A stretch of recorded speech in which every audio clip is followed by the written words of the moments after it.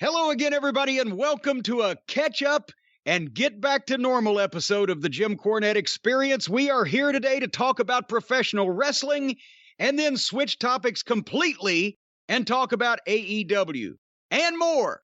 And to join me, Hawaiian Brian, the podcasting lion, the king of the Arcadian Vanguard Podcast Network, Mr. Co-host to you, the proprietor of the French Toast Chateau, carry-out and delivery, and the most abnormally normal co-host in America, the great Brian Last, everybody. Aloha, Jim. A pleasure to be here once again, and what a splendid introduction that was. Thank you so much. Oh, well, you're just entirely welcome. I'm sure you're tickled shitless about it, or shickled titless, as the case may be, about the whole thing.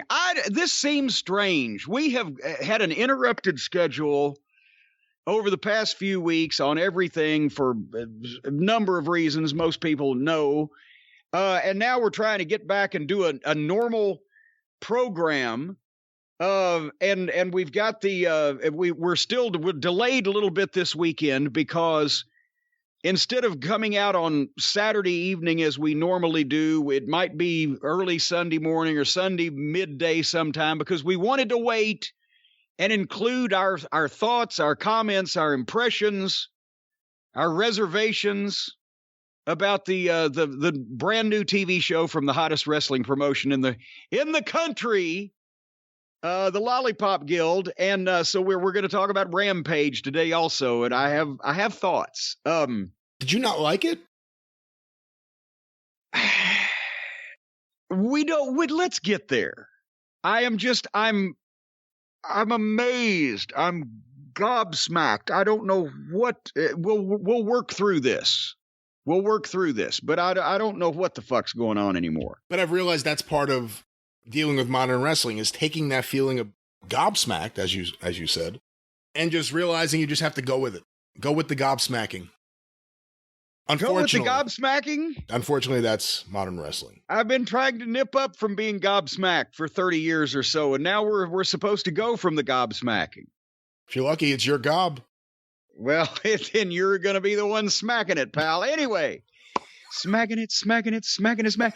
Anyway, thank you again to everybody. We said this on the drive-thru this past week, but thanks to everybody last week for the incredible things that everybody tweeted and posted and said, and the tribute shows that were done for Bobby Eaton. And I want to thank Einar again for that song. It was incredible. As we mentioned, it wasn't on YouTube because Don McLean is litigious and so is his publishing people, but you can search for it on the podcast. We're back to semi-normal around here. My back is feeling better. I'm moving around a little better. I'm not making any sudden moves as of yet. I want to thank everybody that's wished Stacy's mom well and feel better and get well, etc. Oh, here's the high spot. So she's been out of the hospital. They sent her home and she's resting, and they're going to do some other things, but she's at home. But then her feet a few days ago start swelling, and she's on, a diuretic, because obviously when you have these procedures done and she's been in a hospital bed or fairly, stationary for so long, but her feet were swelling up bigger and she's having some pain in her leg. So Stacy takes her to the closest hospital emergency room there where and they won't let Stace go in with her. She has to sit out in the parking lot, which she's done like 3 times over the last week for hours while you can't go in to visit because of COVID, etc. But they do all these tests, and then they let her mom go home. They say, you have a blood clot in your leg, so we're going to give you these blood thinners. Okay, shit, we didn't know about this. Well, then the next day, not only is her feet still swelling and legs, but also she's still got the pain. Now they know she got a blood clot in her legs. They're like, what the fuck? So the diuretic has not helped the pain. So they go back to the same hospital, who then runs tests and says, oh, no, you don't have a blood clot in your leg. Don't take that blood thinner. It could be bad for you. The same shit you people said to do yesterday now is it. The best health care in the world, folks, and we pay out the ass for it for our global listeners. Remember that. We pay for insurance, and we pay for health care, and we pay for this kind of quality, state-of-the-art care. So at least she doesn't have a blood clot in her leg. And she didn't take more than 2 doses of the blood thinner that could have caused her to bleed out with her conditions that they've said she has previously. I have to wonder, while all this is going on, did Stacy's mom or even Stacy, did they hear the song? Yeah, I have not. I'm sure Stacy's mother probably did not listen to our show this past week. I don't know. I haven't asked Stacy. She didn't mention it. So I meant the specific song for their situation. Oh, I thought you meant the song from Einar. No, I meant the song. Well, what song were we talking about? Well, you're talking about she's in the hospital. They're messing up. They're giving her the wrong medication. She could die. She took some of the medication. Who knows what the effects are? Stephen Pinu, Stephen Pinu, Stephen Pinu, okay, Stephen okay. Pinu. Yeah, well, I've mentioned they didn't hear the song, but they heard his name when I mentioned it when I heard this story. So more to come. I believe that the hospital people actually got a nasty note written about them in their file over that. It's like his bat signal. Once that song hits, he's running to action. Oh, Steve. Running through the hallway with his briefcase. All right. Well, and you threw me off there because, as I said, we've disrupted our stride. We need to get back in action here. And another thing that caused me issues with trying to get ready for this show is, think about it, this is in quite a while, the 2 weeks or so, the longest stretch that I have gone without watching modern, current professional wrestling in a very long time. And honestly, I knew we had to talk about it on this program, and I put it off, and I did everything that, since I felt better the last couple of days with the back that I had left sitting around or hadn't attended to because I couldn't bend over. I made sure Harley had plenty of attention. I cooked myself a decent meal. I washed my hair.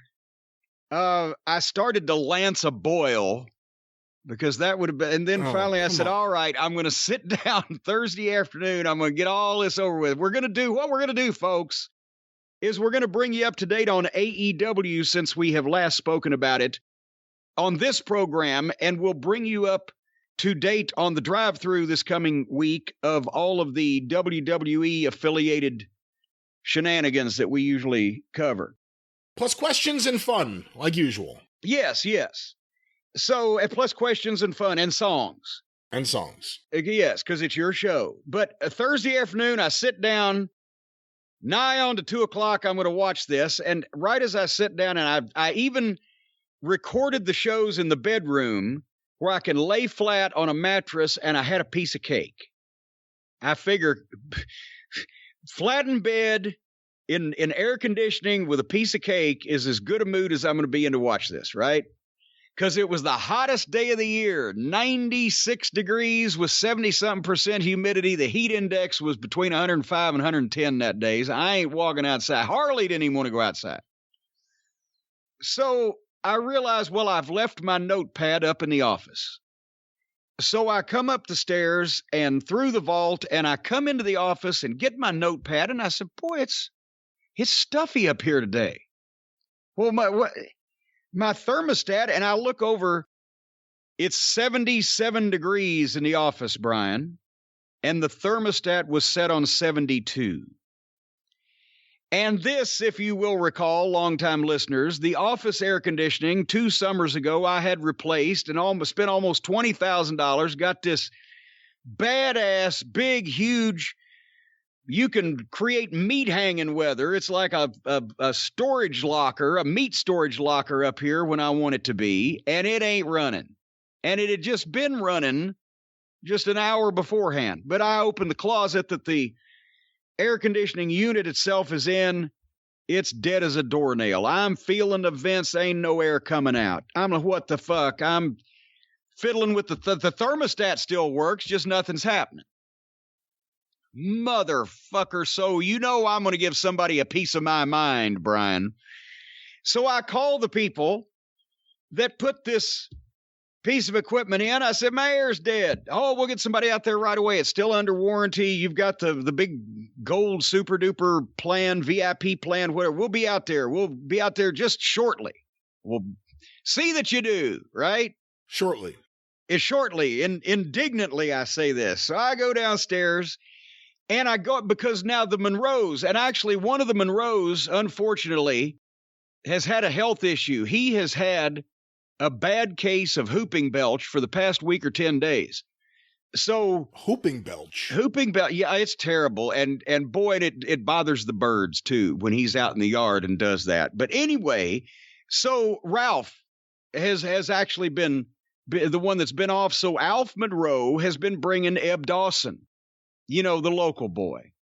And bless his heart, he just, sometimes when he sees squirrels or chipmunks, he just wanders up. We found him in the neighbor's backyard the other day. But anyway, they had been doing work on some mortar fixes and sealing up one of my back doors. It's inset into the stonework because the trim there was cracking. And they had plugged in a variety of drills and sanders and grinders and drillers and implements. And they had tripped a fuse because as I went outside, because I was clearing away. See, in the office, I'd already taken out the upstairs vacuum cleaner, the upright, and the upstairs vacuum cleaner, the handheld, and the various attachments, and my mop and Swiffer pads. All that stuff's in that closet. I've taken it out, and now I've gone down in the garage, and I'm going to make sure that they can get to the unit outside if there's no garbage cans in front of it. And I had mentioned to Alf Monroe and Eb that my air conditioning was out. And that's when they said, well, son of a bitch, when we plugged all this stuff in a few minutes ago, it tripped something out here with the outside plugs. And I said, wait a minute. Did you try to flip any of the circuit breakers? And Eb said, well, yeah, but just one of them.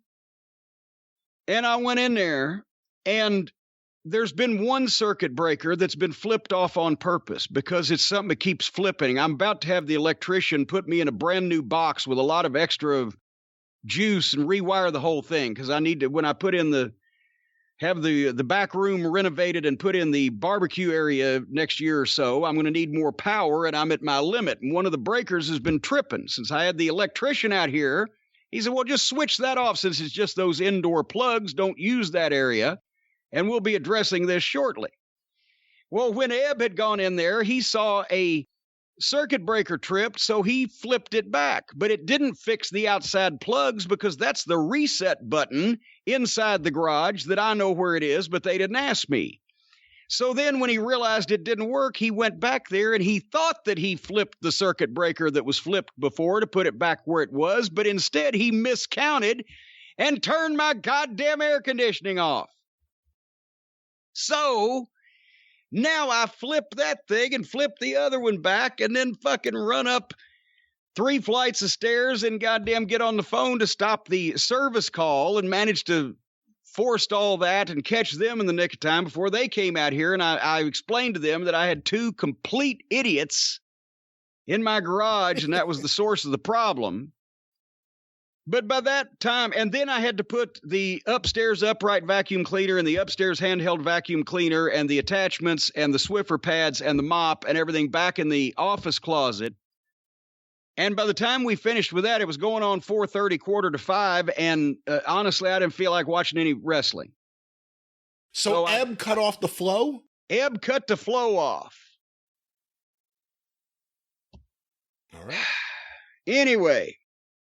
But I'll tell you what's not going to be cut off much longer. How's this for a segue, bro? See, learn from the best.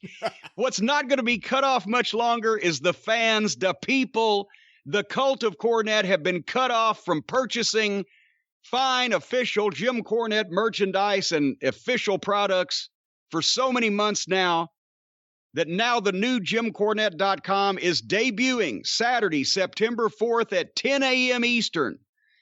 And I've talked to Hotchkiss Featherbottom, and he double dog dares one of you no good son of a bitches to crash this site. And I'm inviting, because I want to see if it can be done too, I'm inviting anybody and everybody to log onto this website just to look at it. I'm not asking you to spend money. You can if you want to. It's up to you. But I just want everybody to get on it. It's going to be brand new. It's got links to the YouTube, to the Patreon, to the Twitter, to my bio, to all the stuff that we do. It's also got a brand new store with a wonderful shopping experience that sends all the confirmation emails out like it's supposed to and counts my shit for me so I don't run out. And it's going to be a wonderful shopping experience for the customer. I understand we're supposed to be able to take credit cards instead of just PayPal. That was the case before, but nobody ever explained to me how that anybody could do it. Nobody ever figured it out. But anyway, so log on to JimCornette.com Saturday, September 4th at 10 a.m. and just browse the place. Take a look around and check Hotchkiss's work. And if you do want to stay and purchase something, be aware that after the action figure Armageddon, when we close down, I will count exactly, but probably less than 300 of the original action figures left, and that's all we're making of that design. Those will not be replicated, and I probably got 800 of the Christmas variant, and those are not going to be remade. So when these are gone, those designs are retired, but you know what's going to happen, Brian. Or at least we fear what's going to happen. The same thing's going to happen at last time, and that everybody's going to hop on and get it while the getting's good. And I'm going to get slammed. Now, I don't know. Maybe it's been so long, people have moved on. They've found something better to do.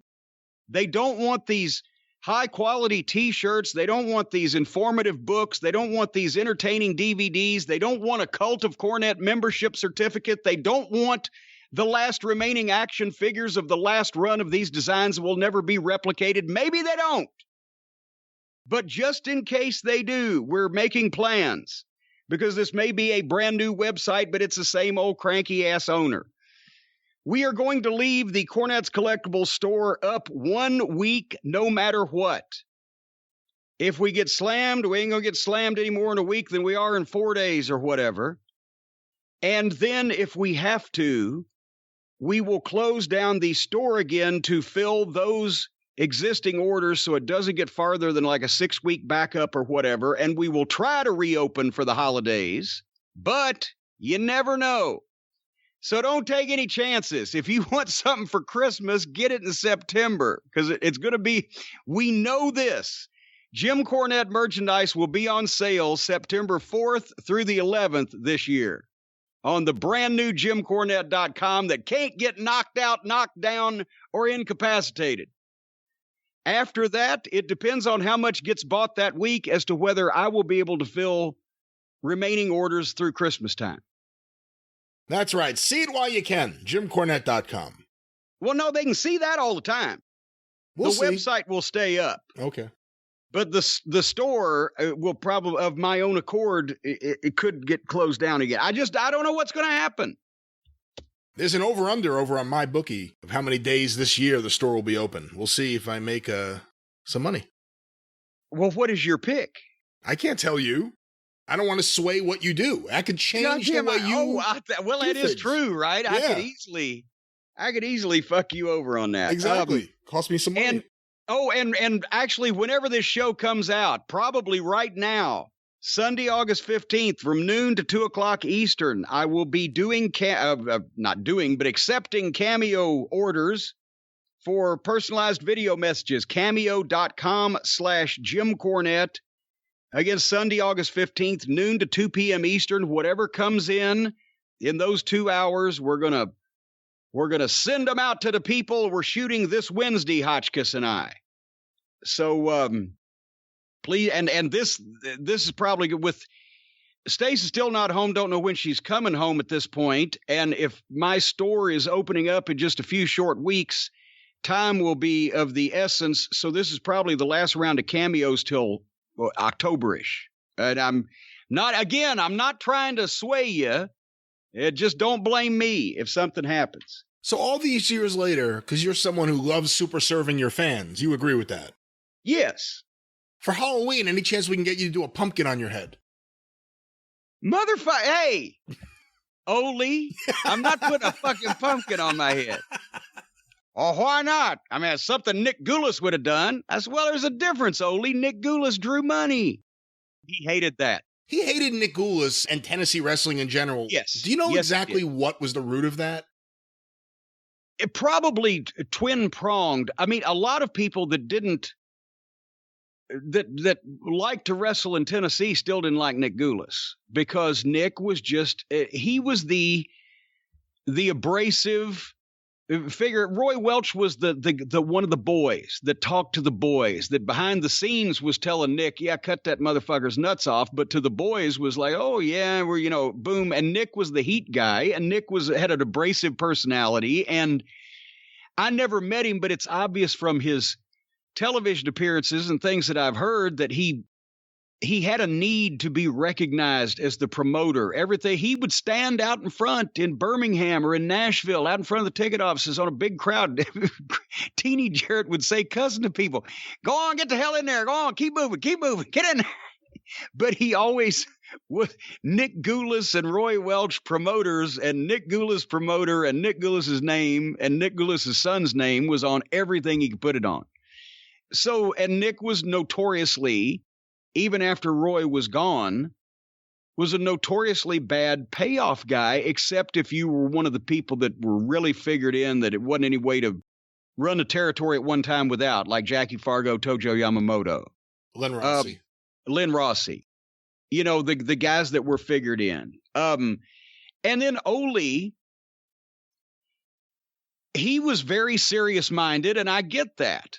And I, like I said, I've sympathized with him more over the years as from his conception of what was going on, because he actually saw the TBS, the corporate shit and everything, like this is the end, but he was always thinking that because wrestling was going too far. But in this case, it was pretty much the end. But he hated anything to do with something making the wrestling business look less than legitimate or, fucking competitive, athletic, whatever. And he didn't get the Memphis angles because he'd come from Minnesota. He'd come from the AWA. They had a completely different style. He went and got over in the Carolinas where they had a completely different style. But the thing that he didn't get, and the thing that a lot of guys didn't get about Memphis wrestling that caused them to knock it, in a vacuum, I'd have done the same thing if I didn't understand why people were running around being tarred and feathered or whatever. But the whole idea was because, especially in Tennessee, later on Kentucky, Georgia, even those weekly towns and those weekly territories, they couldn't either get heat on the babyface just every week incessantly, or they'd kill their babyface. And they couldn't blow heat off of the heel every week in a way where you beat him or you juice him or you whatever, physically destroy him. They run out of fucking talent before they ran out of weeks. They'd run 52 weeks a year. So the whole idea was geared toward you could humiliate the baby face and he'd come back and want to get even and beat the heel up. But he didn't have to take a week off. You could do something instead of pile driving him off the roof and he should be in the hospital for a month. You humiliate him. He can come back the next week, but he really wants to get even. And you can humiliate the heel without juicing him and beating him bloody and fucking getting even that way. And people get some measure of revenge. And it was a juggling act, but it was all about personal issues more so than in any other territory. That's why Jerry Jarrett had the sign over his desk that said personal issues draw money. Because if you could just make people believe, regardless of the level of the talent, regardless of the times they had wrestled each other every week in that town, if you could get the people to believe that these two people or two tag teams really fucking hated each other, if they could make you believe that and come off that way, that's what would draw money regularly. And it did. But Ole didn't live there and immerse himself in it, so he didn't get it. He just heard what he'd heard. And also, for years, I mean, Jerry Jarrett was not noted as, Paul Bosch or Sam Muchnick on the payoffs, but he was better than Nick for so many years. Nick got by with, just paying guys negligible amounts of money because he had his top guys, as I said, that were figured in. And then he had other guys that he could get to come through for short periods, and he could give them so much work, because they ran multiple times a night around that territory every night of the week. So he'd have them for a while, but then things would get hot and you'd get a little payoff, but heels especially wouldn't stay in that territory because their money would go down after their initial run and they lost some of their heat. They'd just get beat on the undercard and it wasn't worth it. What do you think Ole Anderson thought at some point in the summer of '83 when he sat down and he put on the TV? I don't know if there was a tape or if he watched it on TV. Yeah, no. And he saw Georgia Championship Wrestling Superstars featuring you and, of course, the Dynasty of Champions and so many other luminaries, the Fantastic Ones of Terry Taylor and Bobby Fulton. Yes. Steve Olszewski. Steve-O. That's right. I forgot about Steve-O. Poor Steve-O. How did he end up there with everyone? He's from Minnesota. He was an AWA regular. What's he doing there? But what did Ole think when he saw that show? I thought you were going to ask, what did he think when he saw the Fantastic Ones and the Stray Cats smash my face in a cake? And I'll tell you exactly what he thought. Dundee came, because Dundee was booking. Dundee came into the Falcons Rest, or we were riding somewhere where the next time I saw Bill after he'd gone to the office to see Ole the week after that show, he said, "Oh, God, Ole Anderson's fucking hot. He hates you." He said, "What the fuck are you doing smashing the manager's face in a fucking cake and blah, blah, blah." And, he didn't get it at all, right? And, of course, that was the first cake I did. Then I got the cake in the face less than a year later led to the two biggest runs that Mid-South Wrestling ever had, the last Stampede with Bill Watts and the Midnight Rock and Roll rivalry. So the cake in Georgia didn't draw 15 cents in Chinese money. The cake in Louisiana was the most important cake in wrestling history. So then actually that's the first time I met Ole. We went to... They had the wrestling office there in the Omni, in the back of the Omni, and some extra offices at the time there. And we went down to shoot promos one day. It was the same room where Ole came in several weeks later and said, "Don't do this anymore." And Dundee said, "What?" And he said, "Any of it." They shut the territory down. But anyway, Ole had come in and I met him and I said, "Ole, how are you?" Jim Cornette. I shook his hand. He looked at me. I said, "I saved you a piece of cake." He said, "Oh, yeah?" I said, "It's in my ear." Did he laugh?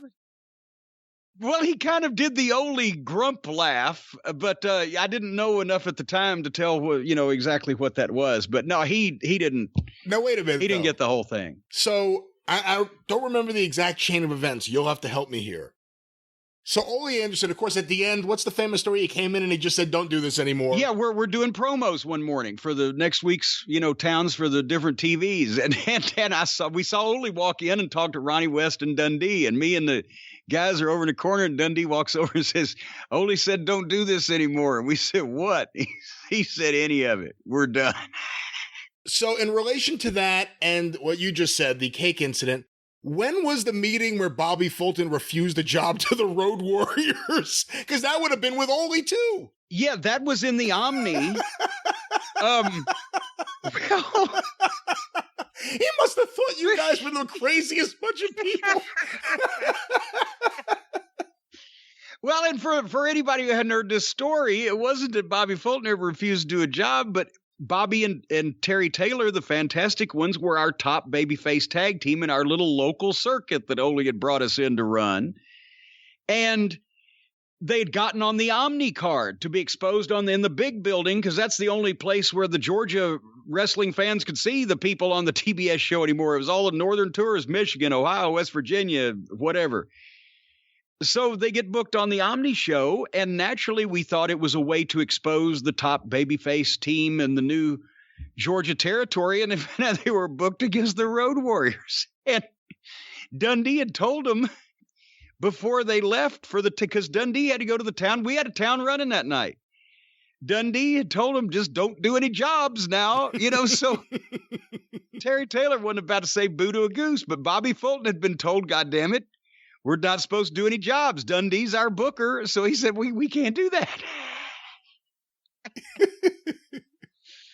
Oh, God. Yeah, Bobby said Ole just had like steam coming out of his. He didn't know how to deal with this. He's like, what do you mean?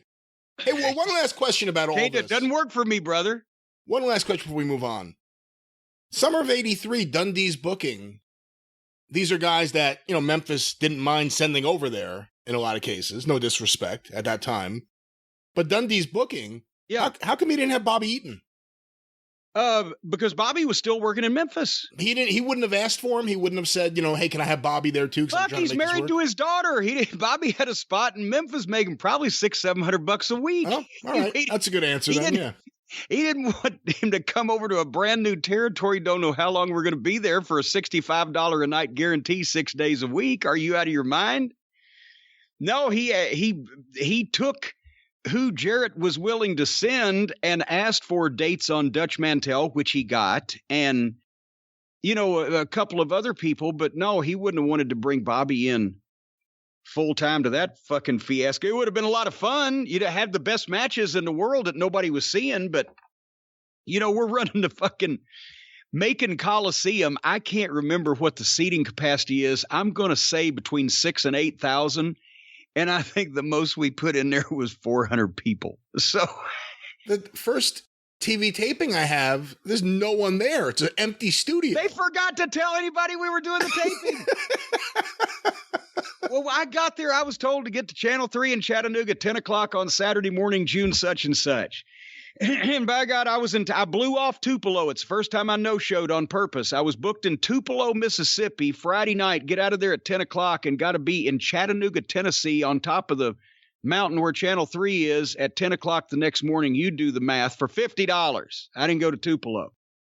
As a matter of fact, I think I told Bobby Eaton, kind of let them know if they need to know that I'm not going to be there, because Bobby and I had ridden together some, but still even at that point. Anyway, so I got there at 10 o'clock. After we're supposed to tape at 11, you get there an hour early. At 11 comes, and I've met Norman Frederick Charles III for the first time, and I'm talking to the Angel, Frank Morrell, and Jerry Novak, the Bounty Hunter, Bobby and Tommy and Ken Wayne, few of the people that we knew. We're sitting, 11 comes, 11:15, 11:30, and Dundee comes in and says, we're not going to start for a few minutes. He said, why? He said, there's nobody out there. They forgot to tell anybody we were coming. So how does that happen? Because Ole just said, okay, just send some guys down and we'll do the TV at Channel 3 in Chattanooga. And that's the most care he took with it. That's why that they got Ron West. Ronnie West lived outside of Chattanooga. He called personal friends of his that he knew were fans and said, come down, we're taping wrestling. And so that's the crowd we had for the first taping was like 10 or 12 of Ronnie West's friends. And then he went out and promoted it. And by the next week, we had to turn people away. So Ronnie was refereeing and helping promote, the towns. Anyway, that's what happened there. And then the last show of that run, and I will finish with this, but after Ole said, don't do this anymore, I've told this story before, but just real briefly, we actually did an outlaw TV show that was affiliated with nobody because they had contracted for a fucking show to be shot at Channel 3 that morning. And this was such a split-second decision. They couldn't just tell them, no, in 3 days, don't do that. So we had one more show, but they came up and they got all the Georgia wrestling signage and any apron skirt, anything that would identify Georgia Championship Wrestling or anything, right? And they took that back. So we actually fucking did the TV taping with just a blank ring and a blank curtain behind it. And Michael St. John was the announcer because he used to do Nick's show and was from Nashville. And we just promoted a spot show that we were going to run that was contracted and already advertised that coming week that was going to run somewhere in northern Alabama. And we ran it. And I don't even know if they sent the money back to the office.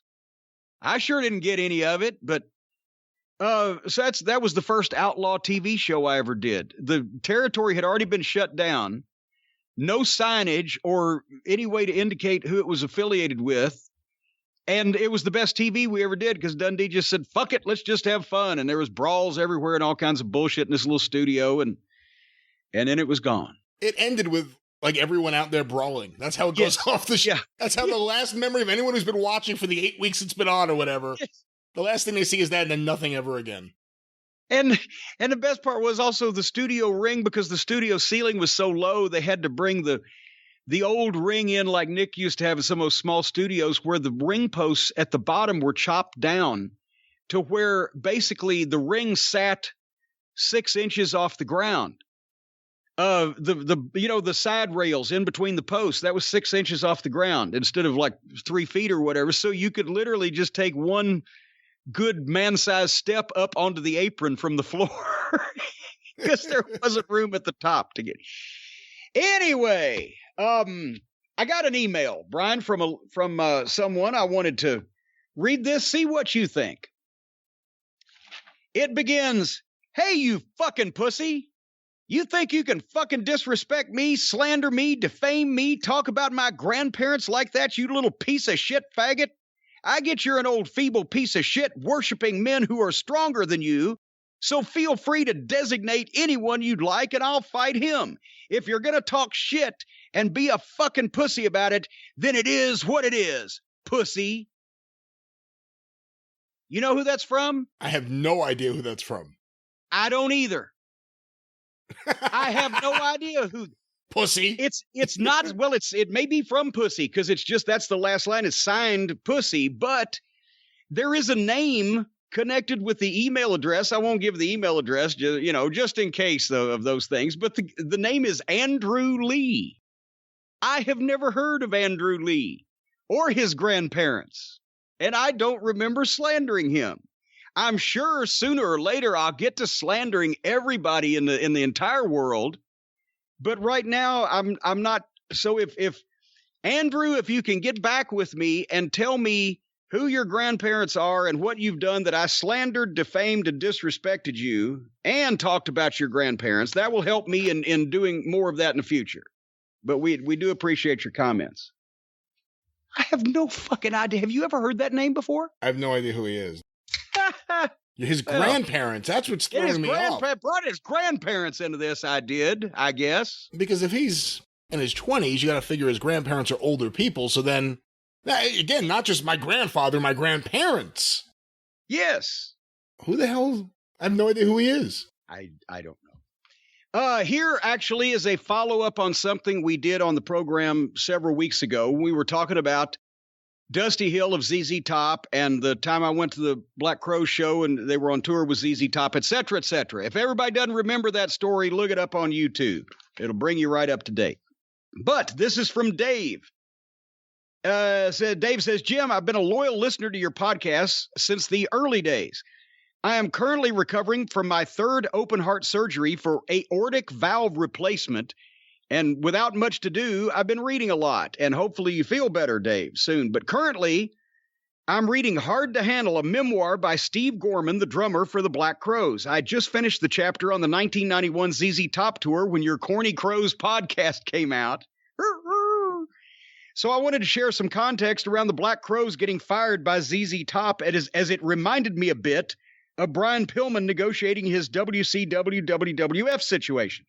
Towards the beginning of that tour, Chris was doing an interview and made an offhand comment to a reporter that all he needs to be happy on tour is a 12-pack of beer each night.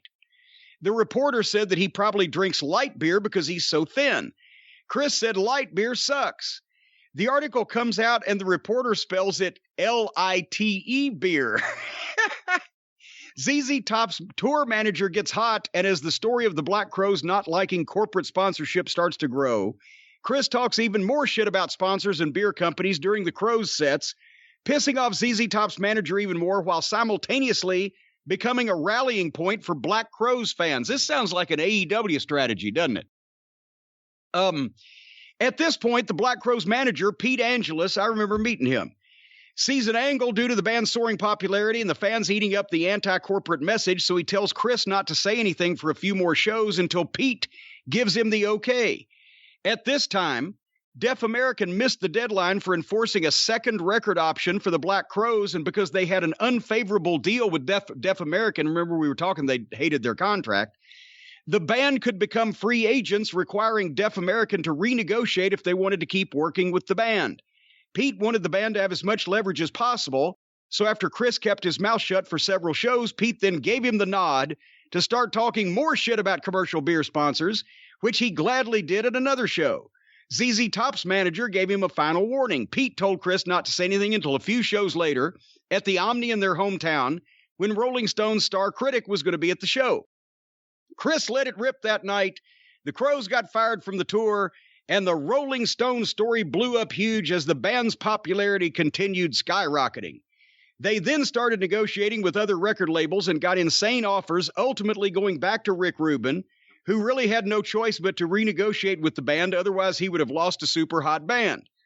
I don't know if Rick Rubin has a different take on it, but this is how Steve Gorman tells the story. Anyway, thank you, and Brian too. Dave.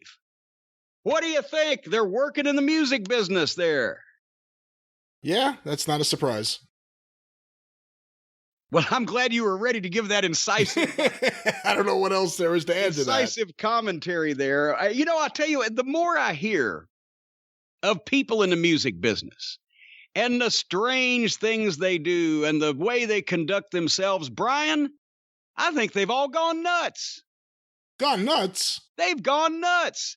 But you can go nuts in a bad way or you can go nuts in a good way. And folks, if you want to go nuts in a good way, then you go to nuts.com. It's the best kept secret of savvy snackers across the country. Wow. Good job. Boom. I got that one right out.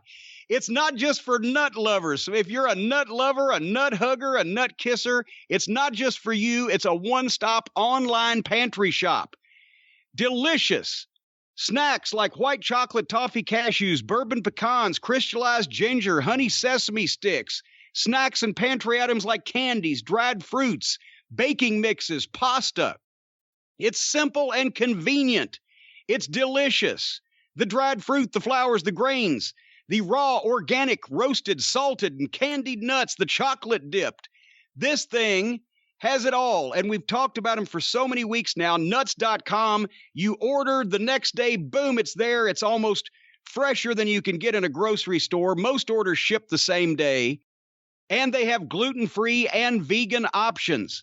But right now, if you go to nuts.com, new nuts.com customers get free shipping on your first order when you text the word experience, EXPERIENCE, experience, to 64,000. That's 64 with 3 zeros.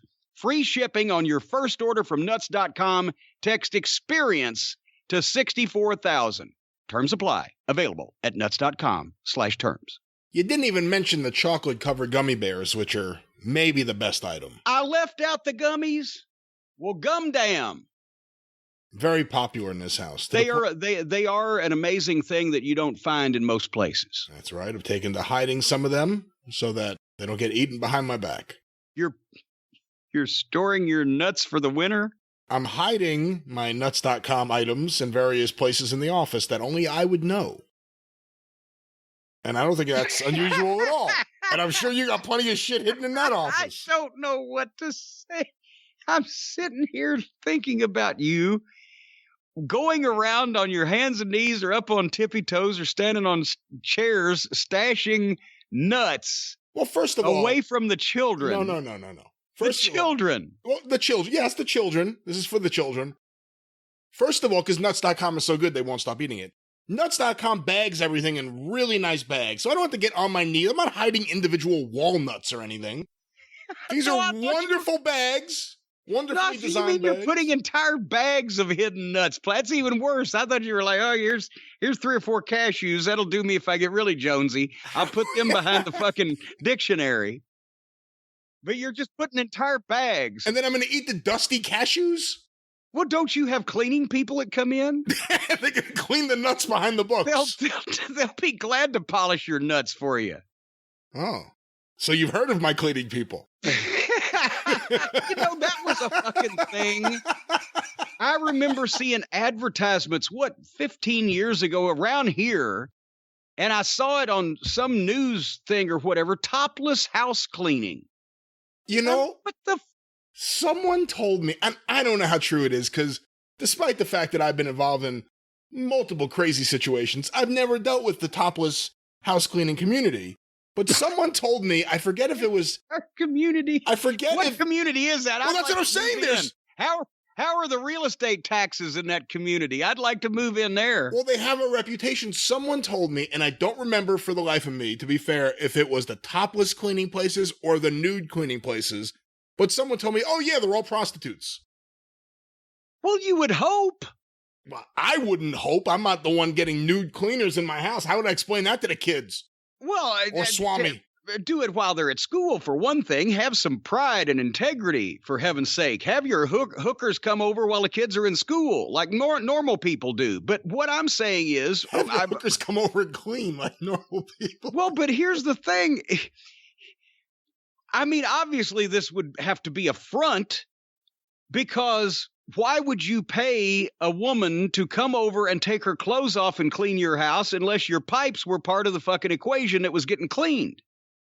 Otherwise, you would want a crew of matronly looking women, something like the old character actress Madge Blake, who played Aunt Harriet on Batman, would be coming in running a feather duster, right? Oh, for heaven's sake. See, now they're calling. Alfred, get the phone. Hold on, wait a minute. You got to reschedule the cleaning? Well, hell, then just keep it. All right. Anyway, I bet those people will be confused, really. You're someone who likes to clean. Yes, I do. Clean a lot. So you understand. I don't clean naked, because that could be injurious to your health. Well, that's what I'm saying. Imagine not only cleaning naked, but every room you go to, there's some creepy guy following you, and then he sits down and watches you clean in every room. That sounds awful. Well, no. I mean, I wouldn't mind that. But I don't clean naked because of the potential for the pendulum to swing the wrong way into some kind of equipment. What pendulum? Your pendulum. Oh, excuse me. I didn't realize you were afraid it was going to swing and hit something. I'm afraid it might put somebody's eye out. It could swing. It could cause brain damage. It would be, especially depending on the angle. If it was going downhill, it could swing uncontrollably and knock something over, a precious statue, a piece of furniture. This is how stupid it is. When you said the pendulum, I'm thinking of you standing there swinging a vacuum back and forth. That's what I started thinking of. No, I'm talking about the other pendulum. By the way, the other pendulum. Nuts.com. All right. And actually, we did a programming note earlier saying that we're going to catch up with the WWE-oriented broadcast that we've missed over the last couple weeks on the drive-thru coming up this Tuesday. But we should mention that next week we'll have an experience like normal, an experience like no other. But then the following week's drive-thru, which will come out instead of Tuesday, it'll come out Monday, August 23rd, and we will be talking about SummerSlam, among many other things, on a week from this coming week's drive-thru, because that week is Bob Eaton's service, so we're changing our schedule a little bit. And then Takeover, that I'm really wanting to see, we will have on that week's Jim Cornette experience. So it happens on Sunday. We won't get to talk about it till the following weekend, but that's an odd week. Anyway, so that's what we're doing, right? You think Triple H keeps his head down the whole time at Takeover? I wonder if they're going to have Triple H come to Takeover. Is he going to know about it? They're going to let him know there is a Takeover? Are they going to? Yeah, they might let him know what the finishes are after the fact. But anyway, we'll talk about that in a little while. But anyway, more news that we might as well just cover here all in one basic section. We missed a couple of other passings over the last couple weeks, and also just found out about one a couple of days ago. I will lead with that. Peggy Lathan, who a lot of fans are not going to know who she was. She was not a personality in the wrestling business, but she was a personality in the Carolinas world of wrestling. Peggy was one of the longest running fans in Greenville, South Carolina, and in all of the towns around there. She'd been going since, I guess, back in the I don't know if it was the 70s or the 60s even. And she attended all of the Charlotte Fan Fests over the last number of years. All the guys enjoyed seeing her. She was real close friends with Tommy Young and just a bunch of the guys. And just, she was a fixture there. And she passed away several days ago. Apparently, from what I've heard, because she works in the healthcare field and was vaccinated and then went home to quarantine, got COVID, even though she was vaccinated, went home to quarantine and died shortly thereafter. And I understand her father was at last point not doing very well. He passed. Okay, yeah. I didn't hear that. Well, anyway, so, and here's a trivia note for everybody. We were just talking about Ole Anderson. Peggy Lathan may very well have saved Ole Anderson's life. She was the one in Greenville the night that Ole got stabbed, that she was, I believe, a nurse, and she said she worked in the medical field. She held an old towel on his chest as a compress, waiting for the ambulance, trying to keep him from bleeding to death. And Ole has told that story before where he violated the cardinal rule. I can't remember whether somebody took a swing at him or actually connected or did something, and he took off after the guy. And especially back in the old days when there were no barricades and rails going up and down the aisleway and there was no entrance stage, whatever, you're walking out through the people down the aisle with your cops. And if you suddenly bolt and take off within 10 feet, you've left the cops, you've got the security around you, and you could be dead. And he almost was, because it wasn't the guy that he was after. It was I think the guy was either 80 or 82 years old that pulled a fucking hawk-billed knife out of his pocket and just, here you go. You know what a hawk-billed knife is? I don't. You don't? Well, you're not a country boy. You know what a hawk's beak looks like? I believe. That little fucking hook on it. Well, a hawk-billed knife has that little fucking hook on the end, so when you stick it in, it does more damage coming out than it did going in. And he got Ole not only down the arm with a slash, but then in the chest with a stab, and it was within half an inch of his heart. And they took him to the hospital, and he took, I don't know how many, 100 and something stitches, and, some blood transfusion, whatever the fuck. He was back at TV 2 days later.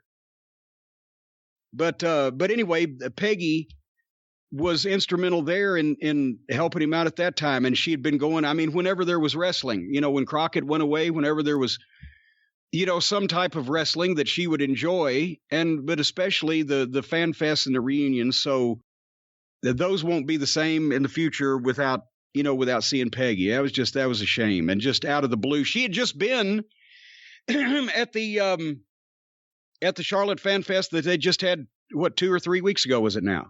Yeah.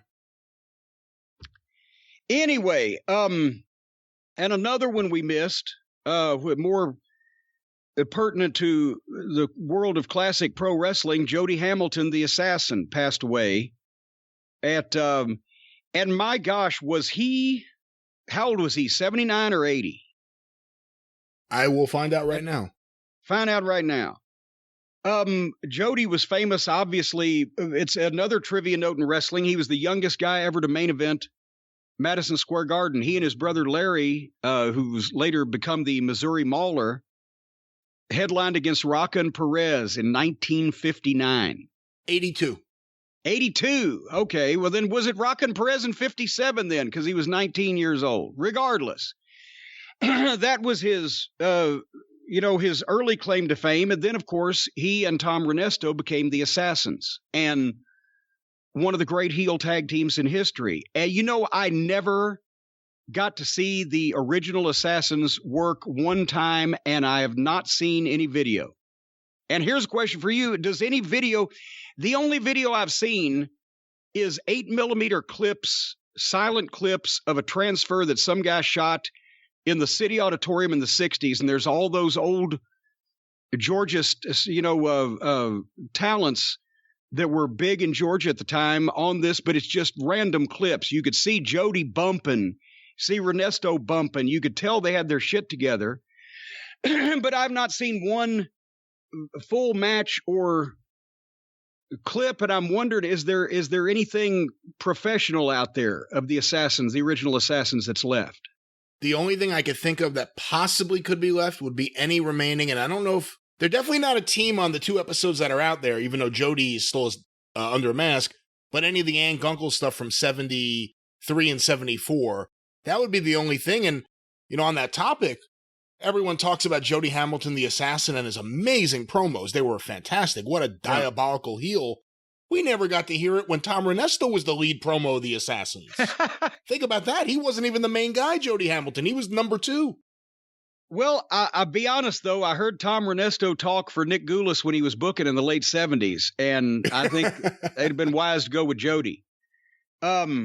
But no, in all honesty, those guys, and Renesto was the elder member of the team. He had been in the business. Tony Martin he used to work as back in the 50s out on the West Coast. Well, remember, before they were the Assassins, they were the Bolos because Renesto had gone to the Carolinas and worked with Al Lovelock, who was the great Bolo.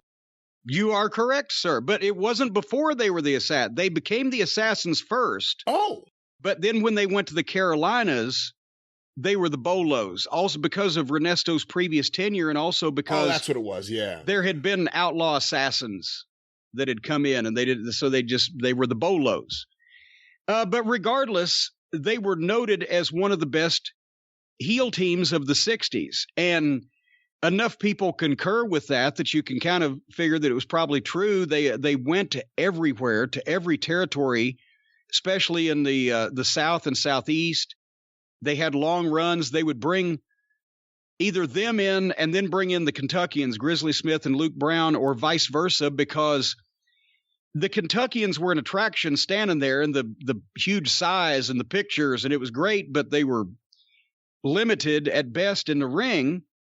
But these bumping heels that still had the size and the menacing look could get matches out of them, and they went to every territory. It was like a midnight rock and roll for the 60s, where 2 tag teams followed each other around and drew, money everywhere. And then, as you said, Renesto, because he was older anyway, they'd been together 10 or 12 years when Ann Gunkel started her own company, and the Assassins were the biggest name heel team in the history of Georgia wrestling. But Renesto unmasked and became Ann Gunkel's booker. Yeah.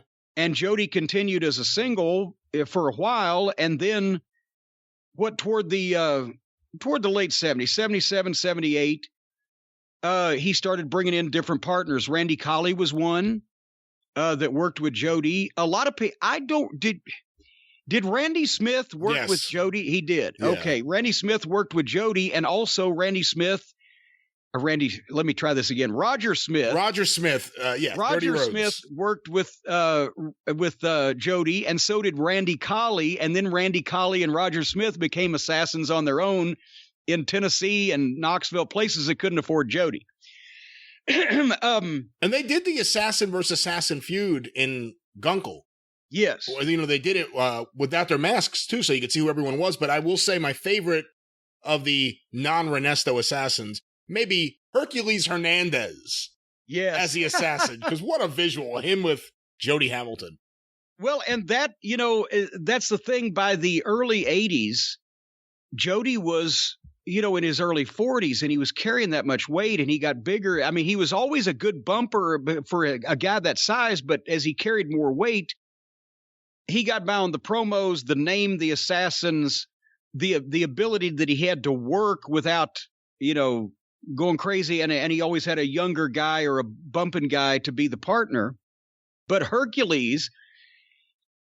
came to Louisiana straight from the Carolinas, where he was Assassin number 2 with Jody, right? That was where you got the mask when you got your head shaved, right? Yes, because with typical thinking ahead, what they had done was, I think it was like the day of, or if not, it was a few days before that I got my head shaved. They said, okay, and I think Dundee said, and we want you to wear a mask, so that way we can pop the mask and make them pay to see you get, your bald head, right? Okay, that makes sense, but where am I going to get a fucking mask? And Hercules had one of the Assassin masks, and I believe he got it from Jody.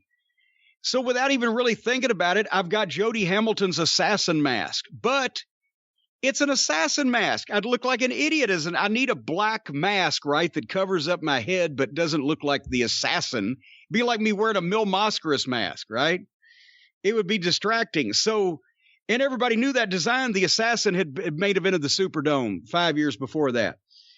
So I took a fucking big felt-tipped, not a Sharpie, but one of those thick magic markers, and I colored it as best I could, the yellow black, so that it wouldn't look like an assassin mask until I could get one. And I can't remember, one of the other boys finally came up and gave me another one, and that's the one I used for a talking mask with no chin in it that I used for the next couple months. But for the first week or two there, I had Jody Hamilton's assassin mask that I'd colored in with a black magic marker.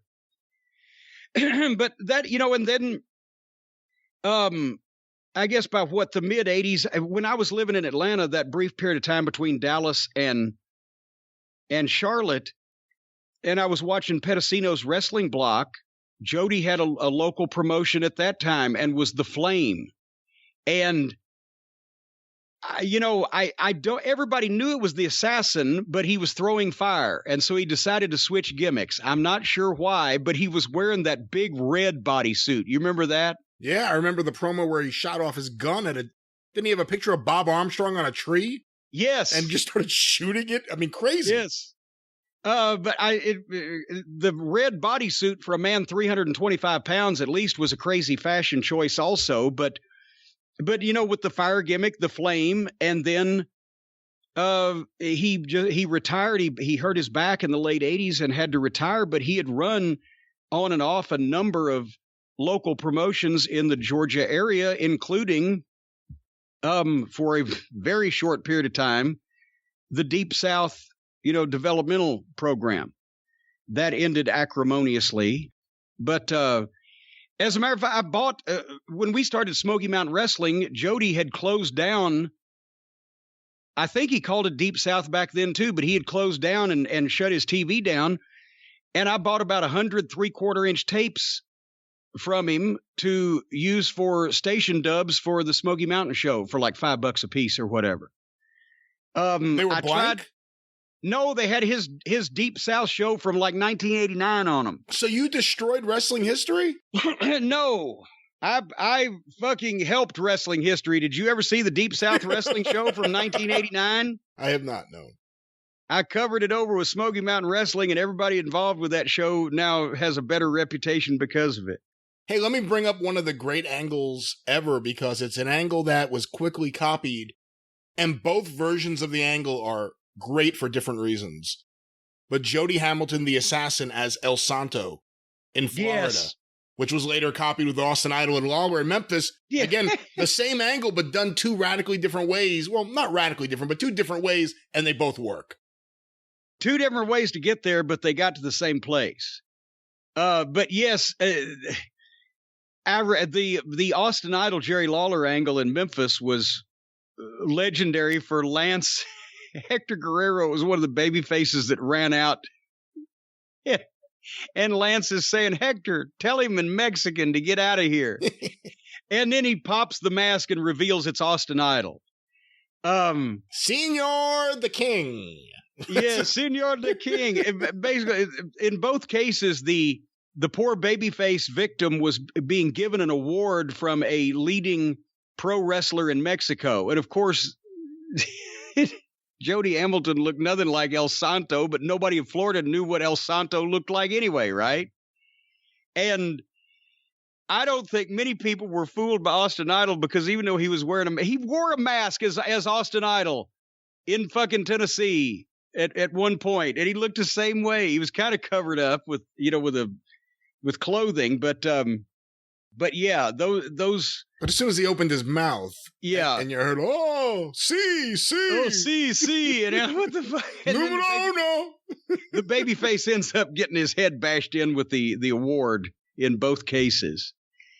But yeah, Jody was a very good worker, a great promo, and a smart guy to the wrestling business. And we've mentioned he was on the allegedly on the booking committee in WCW during that period of time. Really, he wasn't on the booking committee in that he was the guy who unfortunately had to go to the office every day and sit in that office with Herd and the rest of the people.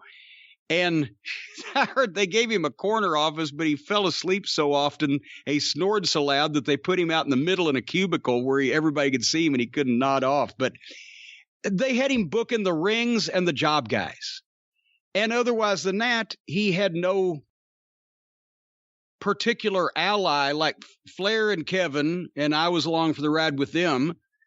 They had control at that point in time. JR had to answer to Jim Herd, and JR obviously was vocal with, chiming in on things and offering suggestions. Herd sat there to take the piss out of everything, and Barnett sat there to agree with him. And poor Jody was just left over in the corner. Every once in a while, he would say something, but nobody was listening to him.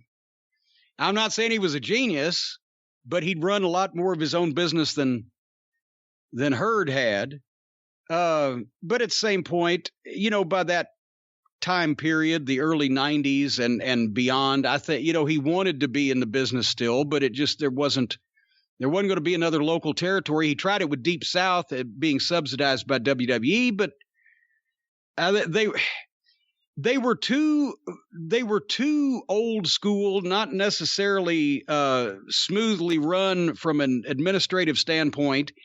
And Jody had his favorites that he liked to train, and they weren't real good trainers. But Sergeant Buddy Lee Parker. I didn't want to mention any names, and you didn't, and I didn't, but you did. And good old Hugh Morris. But anyway. But still, another legendary name in the wrestling business, and the Assassins. That was, they were a big money tag team, and he was a presence as a promoter or a wrestler or in some capacity in wrestling for 35 years, 40 years, counting the early Deep South developmental run. I'll try that again. Here's a question I don't know the answer to. Who's the oldest living person in main event Madison Square Garden right now? Oh, that's Mark interesting. Lewin. Maybe Mark Lewin, now that I think about it. Quickly. Bob Ellis never got a main event, did he? If he did, I don't know it off the top of my head. Yeah. I mean, for a while there, it was mostly tag teams. I bet you it might be Mark Lewin. Lewin and Curtis, right? Yeah. I think it may be Mark Lewin.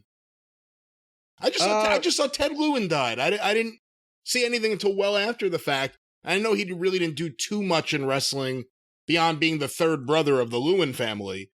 But he put out a cool book years ago. You remember I Was a Teenage Pro Wrestler. With great artwork. It had such really cool, his paintings. I mean, he was an artist. Yes, and he fortunately got out while there was still time and has lived a long and successful life as an artist and etc. No, and actually, Mark and Ted and Don was the oldest, I believe. Don Lewin. Yeah, I think so. And he was in the business a little bit longer than Ted. Mark and Don Lewin were a team in the 50s, but Ted actually, if I'm not mistaken, was older than Mark, right? I think Mark was the baby of the bunch. Mark was the baby of the bunch. And of course, the brother-in-law, Danny McShane, was older than all of them. And he married the sister. Yeah, we say the sister like she's the only one. But I don't know if they have multiple sisters. Forgive me. Well, I mean, family. She's the only sister of anybody in history, the sister over there, but their sister. But yeah, Danny McShane, one of the greatest names in the history of wrestling in the 30s, 40s, and 50s. And then through him being their brother-in-law, so introduced them to the ranks. But as you said, Ted basically worked in the late 50s, early 60s, and was kind of done. And Mark soldiered on till the fucking late 80s, I think. And still had a better body than half the people half his age. And then he married a princess, and now he's like living on some island like a king. Crazy. Anyway, and also one more, and I was especially sorry to hear about this because I just talked to him literally 3 weeks before he passed away, Bert Prentice, who some might know as Queen Christopher Love from the LPWA and Memphis at one point in time. And I think he started out as Christopher Love managing Tully Blanchard in San Antonio, didn't he? In Southwest, Christopher Honeylove. Well, that's because that was his expression.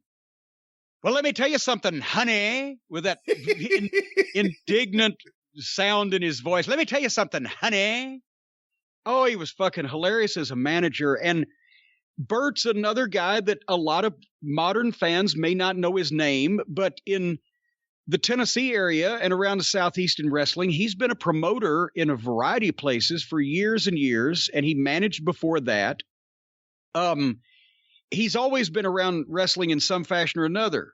And he's got, as a matter of fact, he had worked on a book with Scott Teal that was going to come out. I don't know now what the status of it is, but I remember he's got a bizarre life story where his family came from working in carnivals and wrestling and different types of traveling attractions. And he was just a natural old time promoter, a carny in the best sense of the word in some cases, because he knew how to hustle and promote. And sometimes he'd start a territory and he'd have 12 or 14 guys in the territory, and all of a sudden they'd turn around and Bert was gone and nobody saw him for a couple of years. But that's part of the wrestling promotion business at the grassroots level. I met him the first time when I did the LPWA. Joe Pedicino had asked me to come out and do color. He was doing the play-by-play for old Tor Berg out of Minneapolis.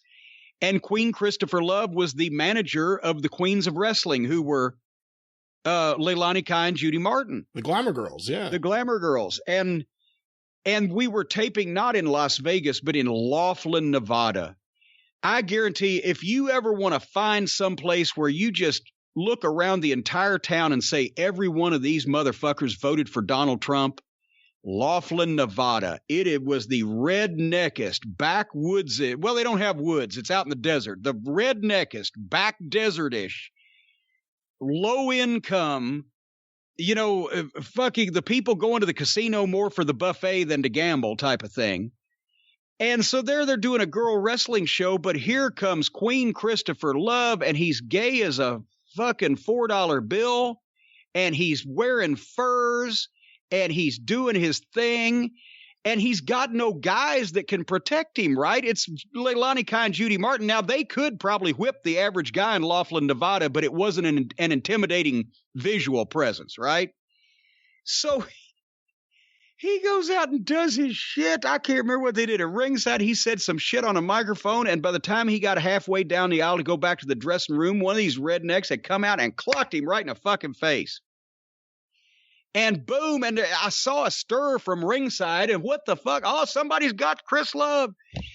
Oh, shit. And I'm assuming, I can't remember, but I think it was, I didn't check their credentials, but the security was more like casino security guards rather than actual police, right? And they're used to these fucking people, and probably 67 years old, augmenting their Social Security. And I told Joe, I said, hold on, I'll be right back. And I went back in the back, and Bert told me years later that he really appreciated this.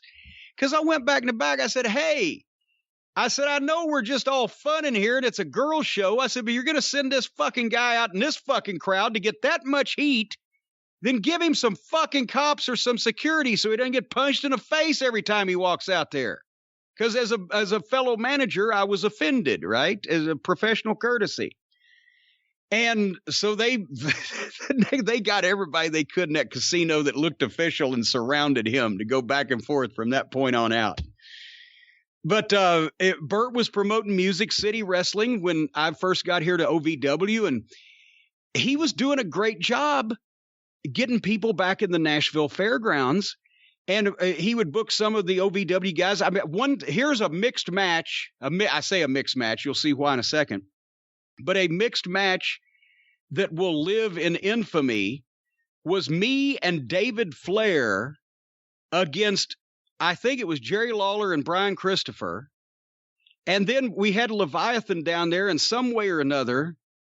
I think I can't remember whether I teamed up with Leviathan against somebody else, but he was putting together all kinds of crazy fucking matches and drawing good crowds. And then TNA came along, and started running the same building, the Nashville Fairgrounds, and giving the tickets away for free and killed his fucking town.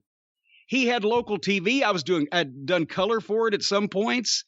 He was bringing in, Lawler always worked with him. He and Lawler were good friends. But he was bringing in names and he was drawing. Didn't he have Christine Jarrett working the door for his shows? Yes, Christine was still alive the first time that he started running Music City.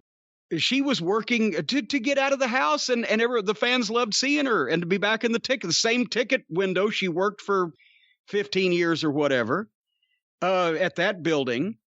So she would come down and sell tickets for him, and it was a family thing, and he knew all the people by name at ringside, and he'd point them out and he'd make over them.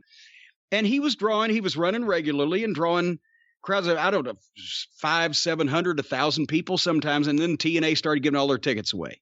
And then I've recently talked about him. We had him on the program several years ago, but he started running Jackson, Tennessee. And I talked at the time about how it was the model again of a local promotion, because he didn't just go in there and try to book indie darlings that he had to fly in and put, ads on the internet. He went into the Jackson Coliseum, which is a miniature Mid-South Coliseum. It seats like 6,000 instead of, 12 for the Coliseum. And Jarrett had run that building every month for years, same place. But he contacted the city because it's a city-owned building. And the city in Jackson, Tennessee also owns or operates the cable system in some fashion. So they needed events in the building. And obviously it's revenue for the city. So he got a deal where he got a TV show on the local cable system that they could shoot in the basement of the Jackson Coliseum in this big room they could put a ring in. They put the TV on for him, and he used that to promote the big shows he'd run every couple of months upstairs in the regular Coliseum. And he brought in Jerry Lawler against Terry Funk the last time that they worked. I went down there to see it, and he drew like 1,200 people. And he did Lawler and Dundee. And this was in 2016. He did Jerry Lawler versus Bill Dundee. It did almost 1,500 people. And then he started running spot shows because the majority of the card were the local guys, the Tennessee guys, the guys that either are coming up, needed experience, or just live around there and wanted a decent payoff. They're working part-time, whatever. And then he'd bring some names in. So he was actually the independent promoter that was regularly running the biggest arena in the country. We're talking about running that Jackson Coliseum 4, 5, 6 times a year. So he just knew how to hustle and promote and get people interested in things. It's classic old-time grassroots, carny promoting, wrestling promoting. Bert was just a great guy. To me, I never had any problems with him. I know that in the past, in some cases, people had missed him and their money along with it, but he had reformed to some extent also. And you've got a story. You had a story with well, there's something coming up, not to spoil anything. Don't spoil anything. I didn't know whether it aired yet or not. Not to go too deep into my plug, but on the next 605, there is a story, a follow-up to a popular story from the past from Howard Baum about his interactions with Bert Prentice in the 80s when him and his father were running a local promotion in Florida. And we recently got a big follow-up to that we recorded days before Bert Prentice died. So that'll be on the next 605. It's already recorded. And edited, actually. I mentioned that I had just spoken to him because he had called me, and I hadn't had the occasion to talk to Bert in a couple of years on the phone because I haven't done any shows. And, it's not like there was any heat, but we just didn't have occasion to talk. But then I got a call from him. And I said, well, I'm bad about calling people back. But this was before a lot of my chaos started going on recently. I said, I'm going to call Bert back because he said, I want to ask you about a date.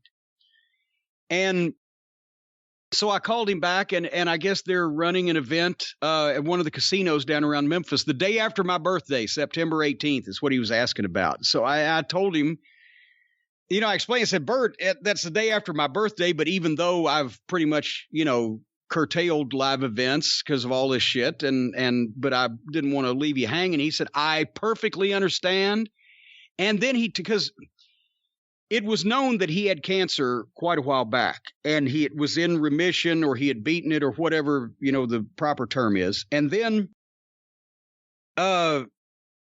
he told me on this phone call, he said, well, I'm not, spreading this around publicly, but I don't know whether he said his cancer had returned, whether it was the same thing, or he had cancer again.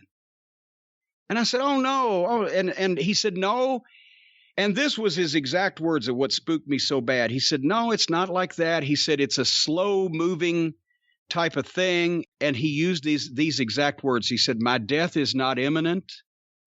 If he was planning for a few more years, 2, 3, 4 years, whatever. He said, I've, reconciled myself with it, and we're moving on. I said, well, that's great, Bert. I said, listen, I can't do this one, but if if you're doing Lawler's 50th anniversary show or something, put me down the first fucking time or whatever. We'll talk. Okay. And 3 weeks later, I hear he passed away. So that was not good either. But Bert was he was a very entertaining guy to be around. And he knew his shit as far as the wrestling business and how to get people in the building to see whatever the fuck he could put together to show them, however good it may be or not.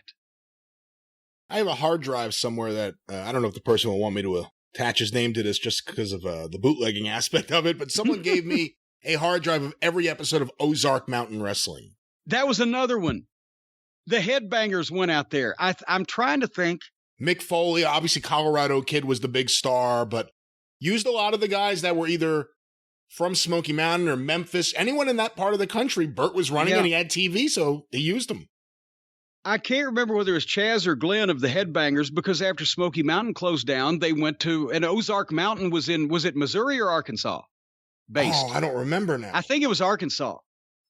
But they called me sometime later, like, well, we're out here in Arkansas and Bert's gone.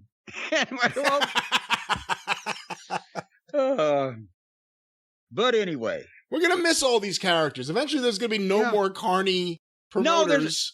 And we're going to miss it. There's going to be no more unique, entertaining individuals in the wrestling business. Just going to be all these fucking, oh, don't ask me to do a promo fucking guys that want to sit in the corner of the locker room with their phone and play video games. Speaking of people like that, are you telling me that Max Caster still has heat after they've already publicly shamed him and edited his rap, and now he's being suspended and sentenced to training of some description? Not wrestling training, but actual other training? You did a wonderful job of summarizing the story there, but apparently after we just covered this on the drive-thru, since that time, and I thought the story had started dying down by that point, he has been suspended and ordered to go to sensitivity training, which I think that was what they did to Sammy Guevara last time, right? I think so. There's so many lines here. If I'd have been Max Caster, I'd have said, how about you make the fucking editor a little more sensitive? Because now I'm really getting hot. The guy, and like you said, I don't know what the Simone Biles, you said it was because she was one of the doctor victims. I said that gymnastics team. You said whatever other people were saying, she got a mental block, as athletes sometimes do, whatever the fuck. Yeah, for the record, I wasn't saying that the molestation thing was the main thing. I was saying that I read and I saw, and my kids are gymnasts and they're talking about it, that was one of the contributing factors to her getting to the point where she just said, you know what, I need a break. So that's why you're up on the gymnastics world, because of the children. That and AEW, yes. Well, there you go. And then the children are everywhere. But anyway, regardless, I just thought, okay, the Duke lacrosse thing, because it's kind of sort of joking about rape, even though there was no rape as it turned out. And the fucking prosecutor that tried to fuck with those guys ended up, I think he's the one that went to jail. It was either that or disbarred or fired or whatever. It was a whole big mess. Probably the best thing to stay away from. I don't know if you should be talking about stinky vagina of a teenage girl on national television, but they're encouraging these guys to go out and do this shit and try to get over and make people notice you. So he goes out and does it, and they air it, and then people get mad, and we mentioned how familiar this sounds, and then people get mad, and then they take it down, and then they blame him, and Tony Khan says, well, I'll just be taking over editing this show and reviewing his raps and doing everything else. So he said, of course, at the Last Supper. He said he's been reviewing his raps with them every single time. This was the first time he wasn't doing it because it was on dark and he was preoccupied. Well, there you go. So according to this, the sensitivity training is all based around this single lone incident where Tony Khan wasn't there to monitor him. The point is, what the fuck? Just tell the guy don't say that shit anymore and have him apologize. Because he probably will, since he's a young man that wants to keep his job. He's not like me.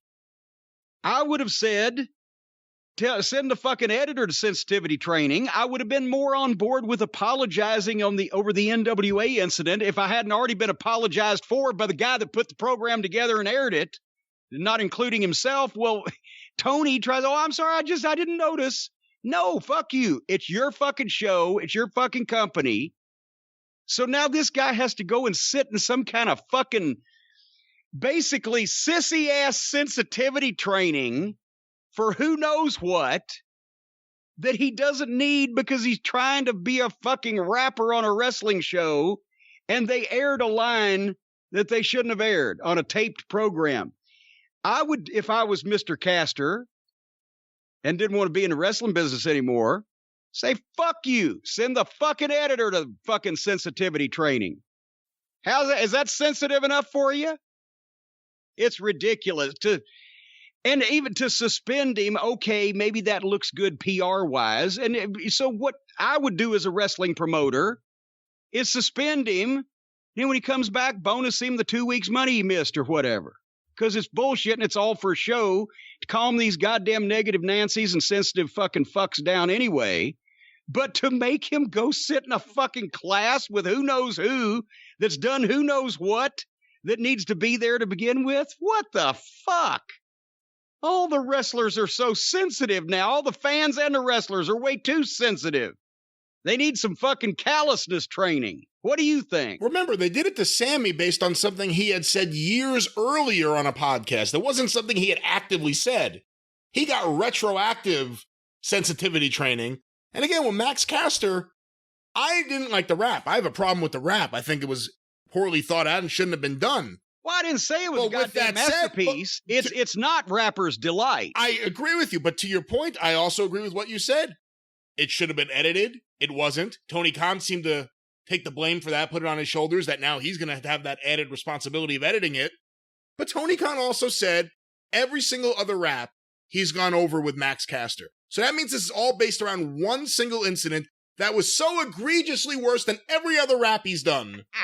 That's where I think this is all PR. The other thing I thought about, what did he actually mean? I mean, I have the rap here. The Seidel's going to pay the cost. I'm going to treat those bitches like Duke Lacrosse. Is he going to accuse them of false rape? How is he going to treat them like Duke Lacrosse? What does that mean? No, you're going too deep and too, there's too many subtle subtexts in there. He's just talking about he's going to rape them because everybody's got a joke about rape. You know, that's the same thing Sammy Guevara said about Sasha Banks, right? Boy, I'd like to rape that girl. Who says that? In conversation amongst guys in private, much less on a fucking, nobody says I'd like to rape her. I've heard I'd like to fuck her. I'd like to turn her upside down and eat her like an ice cream cone, but I've never heard I'd like to rape her.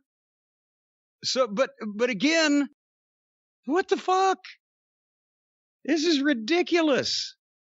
And you know, people say you can't joke about rape. As George Carlin says, yes, you can. Imagine Elmer Fudd raping Porky Pig. I did a joke about rape one time with Baby Doll, courtesy Rodney Dangerfield. I came out on TBS. I said, a guy broke into Baby Doll's apartment last week. She yelled rape. He yelled no.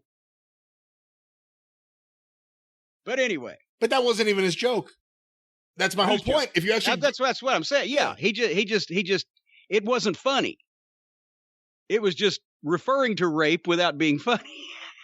The reference didn't even make sense. But anyway, I'm not looking to Max Caster to make sense. Well, okay, and these freestyles, as they say, are not exactly paragons and pinnacles of the King's English and grammatical correctness. It's usually whatever they can memorize in the back. That's freestyle. Yes.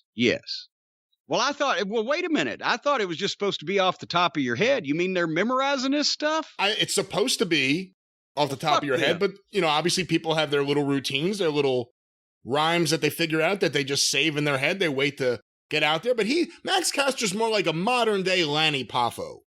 He always has a nice little poem everywhere he goes that's customized. Actually, Lanny didn't have too many customized. I think about that, a lot of the same poem over and over again. Yeah. Well, there you go. But you know what? Some of the habits and things that I have that contribute to positive activity, Brian, you know what one of them is? One of my biggest rules, getting a good night's sleep. Yes, because that way you awake refreshed and rejuvenated and ready to start the day and ready not to have to go to sensitivity training, ready not to be taken off television, ready not to be persecuted and have rocks thrown at you. You'll instead be bright and chipper and cheerful. And the way to do that, folks, is with a Helix Sleep mattress. Our friends at Helix Sleep make the absolute best mattress. As we've mentioned, it's like sleeping adjacent to or in conjunction with a warm puppy's belly. Folks, if you can't sleep because of worried about the pandemic or your life or drama or whatever the case, curdle up on one of these Helix mattresses. They've got them for all kinds. They'll match your body type and your sleep preferences to the perfect mattress for you. They've got a quiz that takes like 2 minutes on their website, helixsleep.com. And once you take that quiz, they'll match you up with a certain model of mattress if you like soft or medium or firm, or you sleep on your side or your back or your stomach or whatever. And they've got them where they can cool you down. They've got plus-size mattresses. They've got all kinds of things going on. And if you go to helixsleep.com/JCE, take the 2-minute quiz, get matched to a mattress. They're offering up to $200 off all mattress orders and 2 free pillows for our listeners at helixsleep.com/JCE. It's got a 10-year warranty. You get to try it out for 100 nights risk-free. Don't even start talking about the incredible unboxing procedure. You don't need a crew of guys muddying up your floors. It comes in a box, it's opened, and magically inflates to life without hurting anybody. You can't even put somebody's eye out with one of these things. Anyway, Helix, Helix, helixsleep.com/JCE, up to $200 off all mattress orders and 2 free pillows. Sleep like a baby in your mother's arms on a Helix mattress. Sounds nice. Well, thank you. Right about now. Right about am I boring you? Am I keeping you up? No, I wouldn't say you're boring. Want to take a nap? No. You wouldn't say I'm boring, but you'd think it. Is that what you're saying? Yeah. Okay, we've got an email also. I had to read this. One of the stories we told last week was the time that I went to court for the very first time. I was with Bobby Eaton, and we were both witnesses for Troy Graham, the Dream Machine, who had been doing a run-in at Rupp Arena in Lexington, got tackled by some guy trying to keep him from getting in the ring, and dispatched that individual and got charges pressed on him for it. So I was trying to catch up with my emails, and I saw this Dream Machine beating up fan. And it's from Randy. I'm listening to your Bobby Eaton Memorial podcast, and you just blew my mind. I was there in Rupp Arena when the Dream came running out and ended up beating up the big corn-fed farm kid. I was literally a few feet away from the whole incident. I would have been a great witness for the court. Apparently not. You have Dream beating up this guy. You were trying to fade that down a little bit. But anyway, Randy said, thanks for the great memories and his deepest condolences. But I got a kick out of that email, and I wanted to correct one thing I've seen several different places, and I know people are trying to be respectful, but a lot of people, when they mentioned Bobby's passing, they reported his name as Robert Lee Eaton, who sounds like somebody who was taken out of a bell tower with a high-powered rifle. Bobby's name was not Robert. Bobby Eaton's real legal name on his birth certificate was Bobby Lee Eaton. And everybody who knows him knows that. His mother, Dorothy, liked the name Bobby, but people who have reported it trying to be, I know, respectful or correct or whatever, that's actually incorrect. That's not his name. Can I ask you a Bobby question? Yes. I thought of a story the other day after we had recorded, and I said, I got to ask him on the air because I don't remember all the details. I heard it years ago. Maybe I'm wrong. Did Bobby once have a motel room, and when he opened the door to go into his room, there was a couple in bed in action? Yeah. And he had a fear of walking into hotel rooms because of that, or he always knocked? What was he would knock on the door of an empty room he just checked into. That actually happened. Actually, I mean, wrestlers, and back in the days where they didn't have the electronic keys, where you had a key to your door, right, that you would get when you checked in and you were supposed to turn it back in when you checked out. How many people, I've got keys from the 80s in some of my old wrestling bags, because the metal key had a square top to it. And if you put that in your palm and left the key part sticking between your second and third finger, you carry that around the parking lot with you at night. And that's a good thing for women to do also. If you can find one of those old motel keys, because it's not like a brass knuckle. It's like a spike that you can literally drive into somebody's fucking eye, nose, mouth, head with very little effort, just one good punch. And that will give them second thoughts about fucking with you anymore. But those keys also, like I said, because people would keep them. If you're in your room and you've got the deadbolt shut or whatever, you're fine. But if you don't close the deadbolt, somebody could have a key to your room, the last person that stayed there or whatever. And so a lot of the guys, in Newark one night for the WWF, they checked me in this room. I walked 10 miles down these hallways, all these bags, opened the door, pushed it open with my foot because I was weighed down with bags on both sides. And there was people sleeping in both the beds. And I immediately let the door slam again, ran down the hall before they. So Bobby came in on a room he'd checked into, came in on some people. And after that, he would always, there's two things, that one was a habit and one was a habit he had that he didn't necessarily want. He would knock on a room before he opened it, even if he just checked into it. And you could always tell where Bobby's room was, because invariably, if you walked up and down the hallway and you saw one of those keys sticking in the doorknob or the lock of the room, that's Bobby's room. Because he would have so many things with him, his duffel bags and all this shit where he carried stuff for everybody, that he'd stick the key in, open the door after he knocked, open the door, drag everything in, let the door close, and forgetting the key would be there.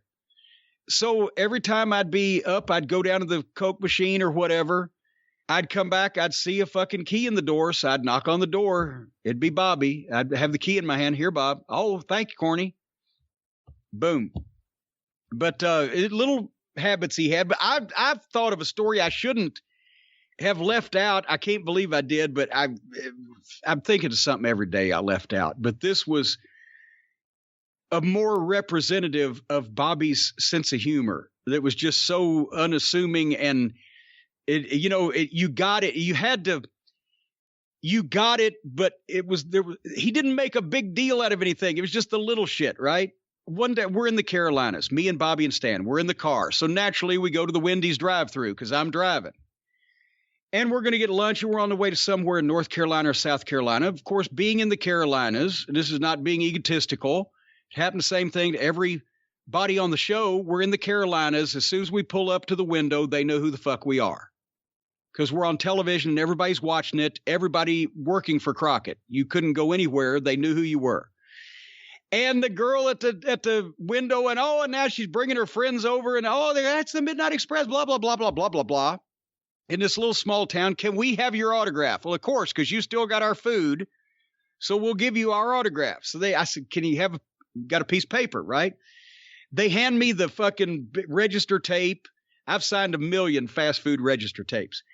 Register tape and a pen, and I sign my autograph, and I hand it to Stan in the passenger seat. He signs his autograph. He hands it back to Bobby. I'm looking in the mirror. I see Bobby writing. He hands it up to me.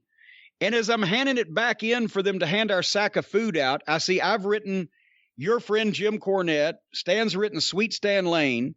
Bobby in the back seat has written, please help me, call police.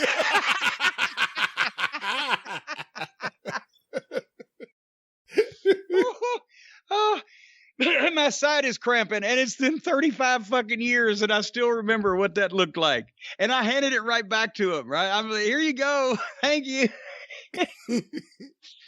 But anyway, just a note to that. That's why I'm saying just quiet shit. You don't expect it. It's not coming from anywhere, and suddenly you see what he's done, and it's fucking hilarious.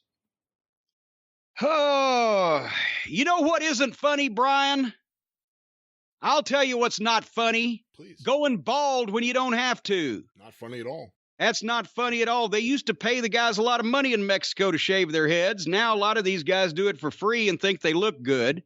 But nobody looks good with a bald head. And now you can do something about it thanks to our fine friends at Keeps.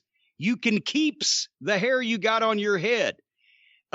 Keeps offers a simple and stress-free way to keep your hair with convenient virtual doctor consultations. That's on the internet, by the way, virtual.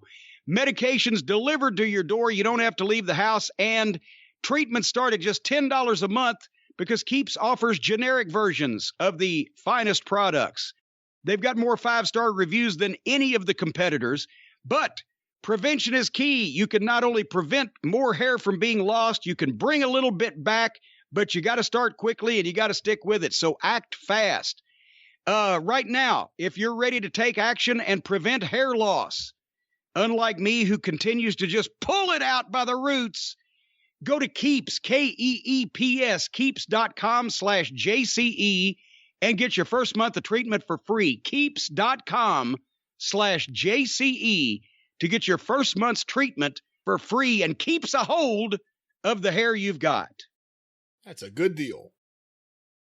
You know who needs to keep a hold of his sanity, apparently, is our friend Drake Wuertz, the former NXT referee, current candidate for office in the state of Florida. Why not? Every other lunatic is. Brian, I predicted this months ago, and you said it was a layup of a prediction. Not exactly a difficult one, but I was saying it before a lot of other people were. You're going to be reading about this guy in the newspapers, and I'm not talking about for saving a stray dog or, rescuing a baby from a burning building. This guy has lost his fucking rabbit-ass mind. Have you seen all this stuff? I've seen a little bit of it. I mean, he's been crazy for a while, but lately with the announcement that he was running for office, it seems like there's been more crazy statements disseminating from the crazy mouth of Drake Wuertz. Well, wait a minute. Drake Wuertz, of course, is God's favorite referee, and you hear the thunder right now. I think I'm pissing off the Almighty, but I've got the statement that he made telling the people of Florida that he was coming to rescue them. Here I come to save the day. But he was transcribed on a program talking about his parting with the WWE, and he sounded kind of unhinged there. Not as bad as what I'm going to read you, but do you have that statement that he made about his relationship with the WWE? I have a couple of things. One appears to be, like you said, a transcript of an interview with him, and the other thing appears to be a social media post by him with more of his thoughts on life. Well, give us some. Oh, you want to? Well, yeah, I want to hear, because I've got this candidacy announcement, but I want to hear what he's talking about his former employers. Let me just say the views expressed by Drake Wuertz do not represent me or any other sane human being on this planet. Here is Drake Wuertz. Any company that is discriminating against employees that refused to participate in an experimental medical procedure by forcing them to show proof of vaccination in order to come to work in a normal capacity is violating basic human rights. I questioned, pushed back, and then defied this tyrannical overreach of control that didn't fit their narrative, and I was punished. Faith is taking a stand and knowing that God has you covered. I lost my 6-figure job for taking a stand on multiple fronts, and I don't regret it one bit. We all come to a point where we either follow the Lord or follow the world. That is what he said. Okay. What the fuck? I haven't heard that one before, I must admit. I'd like to follow the world that I'm living in. The decision was easy for me. I'd rather flip burgers for the glory of God than sell my soul being part of a cabal that's pushing a deceptive lie that you must mask up or take the jab in order to participate in normal everyday life. A company I thought was patriotic has now bowed to the communist mob agenda. Communist. Hashtag religious freedom, hashtag uncanceled, hashtag rise up, hashtag defy tyrants, hashtag medical freedom, hashtag be strong and courageous, hashtag glory to God. Hashtag get some fucking help, motherfucker. Hashtag you're a fucking moron. Hashtag you're part of the fucking problem. Hashtag everybody now that's dying in the hospitals for the most part is unvaccinated, although it can happen, we heard with Peggy Lathan, but taking the vaccine is the best way to try to tamp this shit down so it doesn't keep mutating and keep nipping up over the vaccinations. He's a QAnon nut. He's a religious fanatic. He thinks that these goddamn, I bet you Drake Wuertz believes in lizard people. What do you want to bet? What do you think his slogan is running for office? Down with lizard people? This guy is dangerous. He's obviously mentally unhinged. And he believes all this shit. He's going to be the next guy taking a high-powered rifle to some basement of a pizza parlor trying to root out the pedophiles. He believes this shit because he's one of these weak-minded, gullible fucks that's traded in his former drug addiction, apparently, from what we've been told, and his garbage deathmatch wrestling for another, even more dangerous kind of addiction to invisible, fictitious, supreme beings and what they want done in this real, legitimate, existing world. And he's worried about everybody's rights and freedoms and etc., except he wants to curtail everyone's rights and freedoms, except for the freedom to stockpile guns, believe in lizard people, be in fear of pedophiles 24 hours a day, and fucking basically lose all your common sense and your critical thinking for the sake of a fucking Facebook goddamn conspiracy theory. This guy needs some type of professional help. Listen to his statement to when Harley just belched, as a matter of fact. Listen to his statement where he is running for state representative.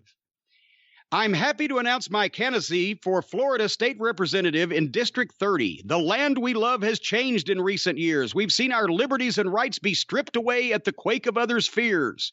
We've been told that it's selfish to defend our God-given rights. We've seen leaders become sheep and men become lions.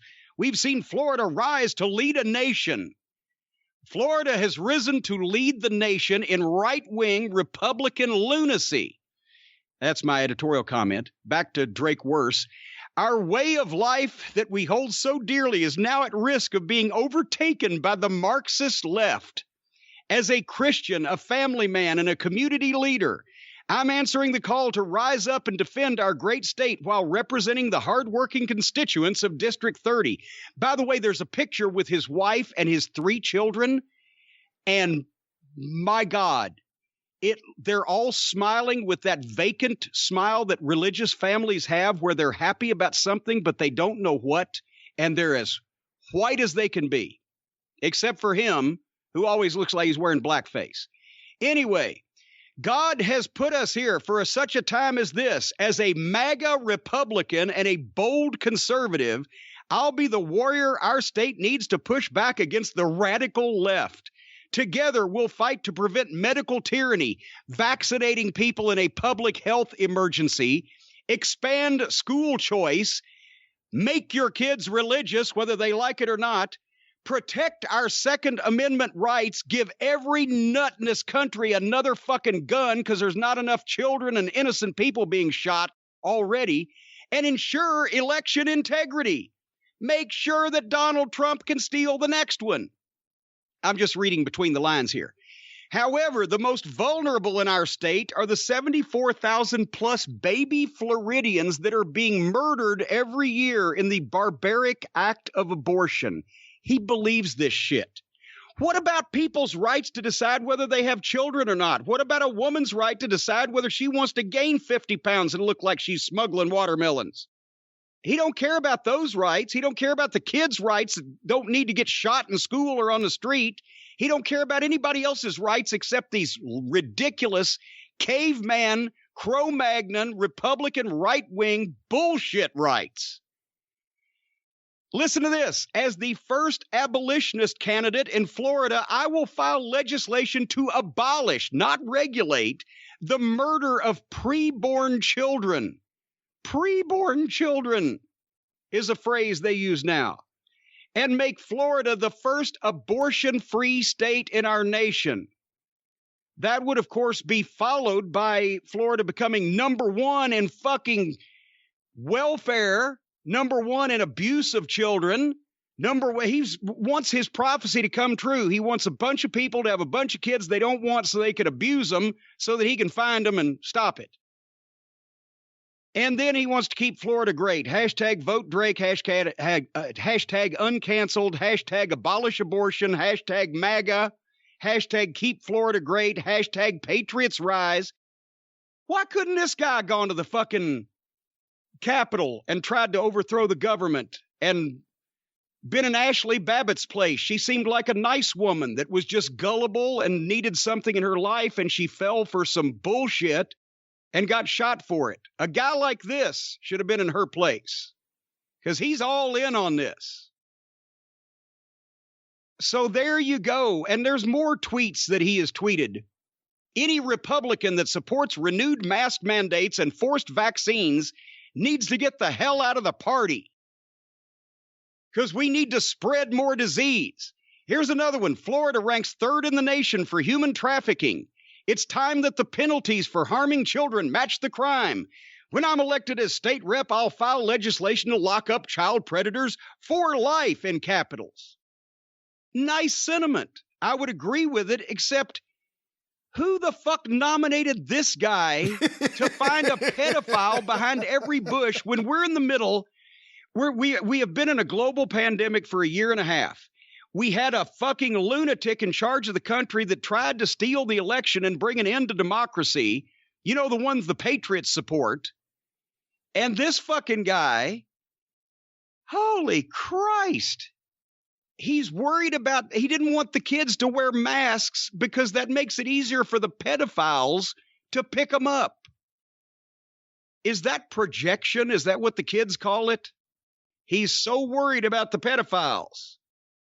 I don't know what's going on in his mind. The guy's like the Michael Lindell of wrestling referees. I'm just to watch out for him. He's going to be in the news, and not for winning this election. He's going to be in the news. This guy is all in fucking crazy.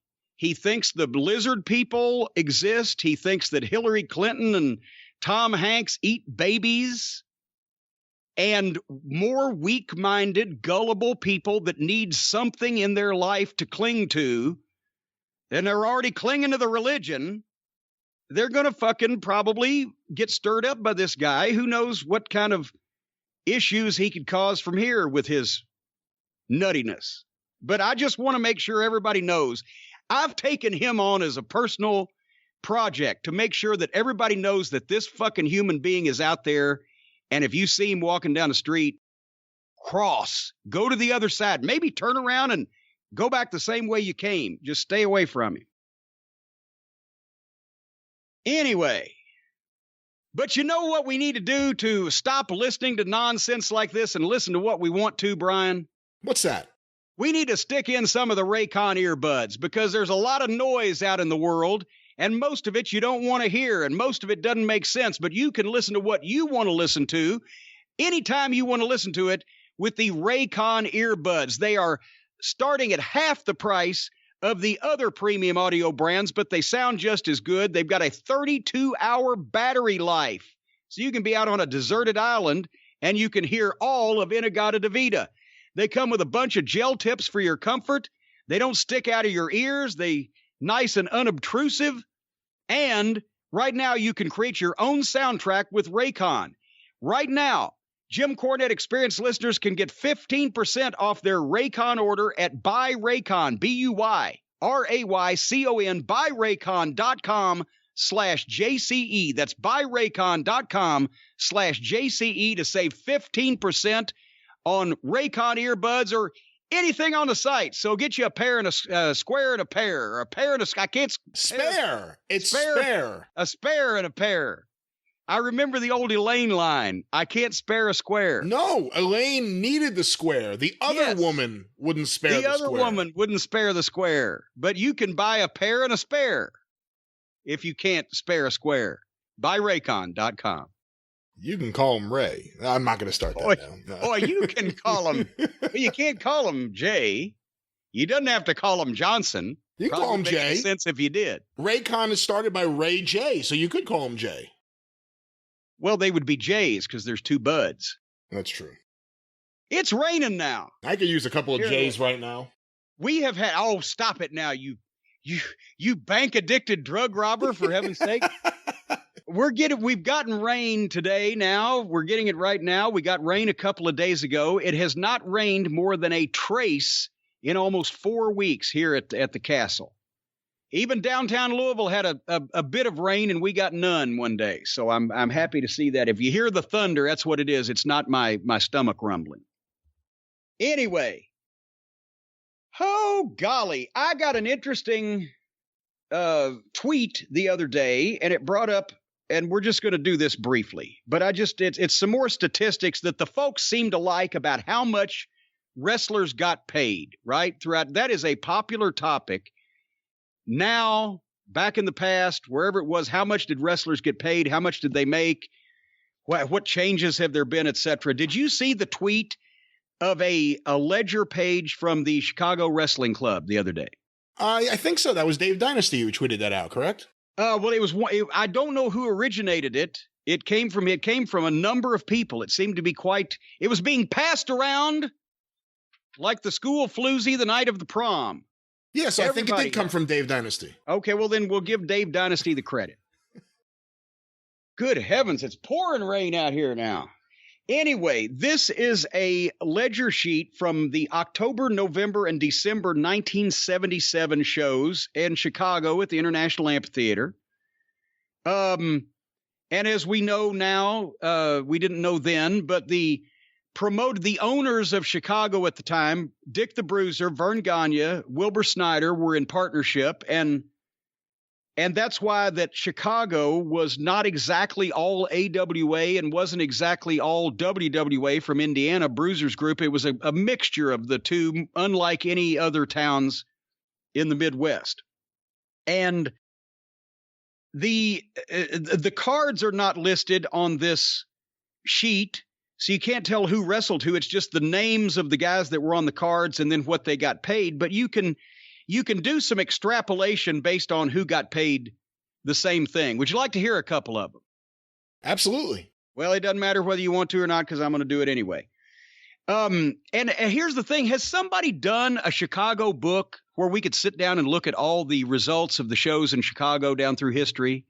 Scott Teal has not tackled that one. Mark James hasn't. Rock Rims hasn't. I don't think so. Does that exist? I mean, the best book on Chicago wrestling may be Richard Vicek's Bruiser biography. There aren't too many books about the history. I would love one just to actually trace it from Fred Kohler up until the 1980s. That would be a fascinating book. Well, in this October 15th, 1977 was a show in Chicago. The attendance was 8,453 people. And you can tell that probably the main event was for the AWA title, Nick Bockwinkel and Billy Robinson, because both those guys got $1,000 for that show. They were the highest paid guys on the card, except for Wilbur Snyder, we'll get to in a second. So Bockwinkel and Billy Robinson, AWA title match, main event, Chicago, 1977, got $1,000 apiece. Going to our handy little inflation calculator, we find that $1 in 1977 is equivalent to around $4.50 in 2021, which means that was for a house show, non-televised, one night of their week. They each got the equivalent of about $4,500 for main eventing that show. And then, as I've watched these inflation calculators, I start going back and looking at the old ads for things and ticket prices or food prices or prices of cars or whatever it may be.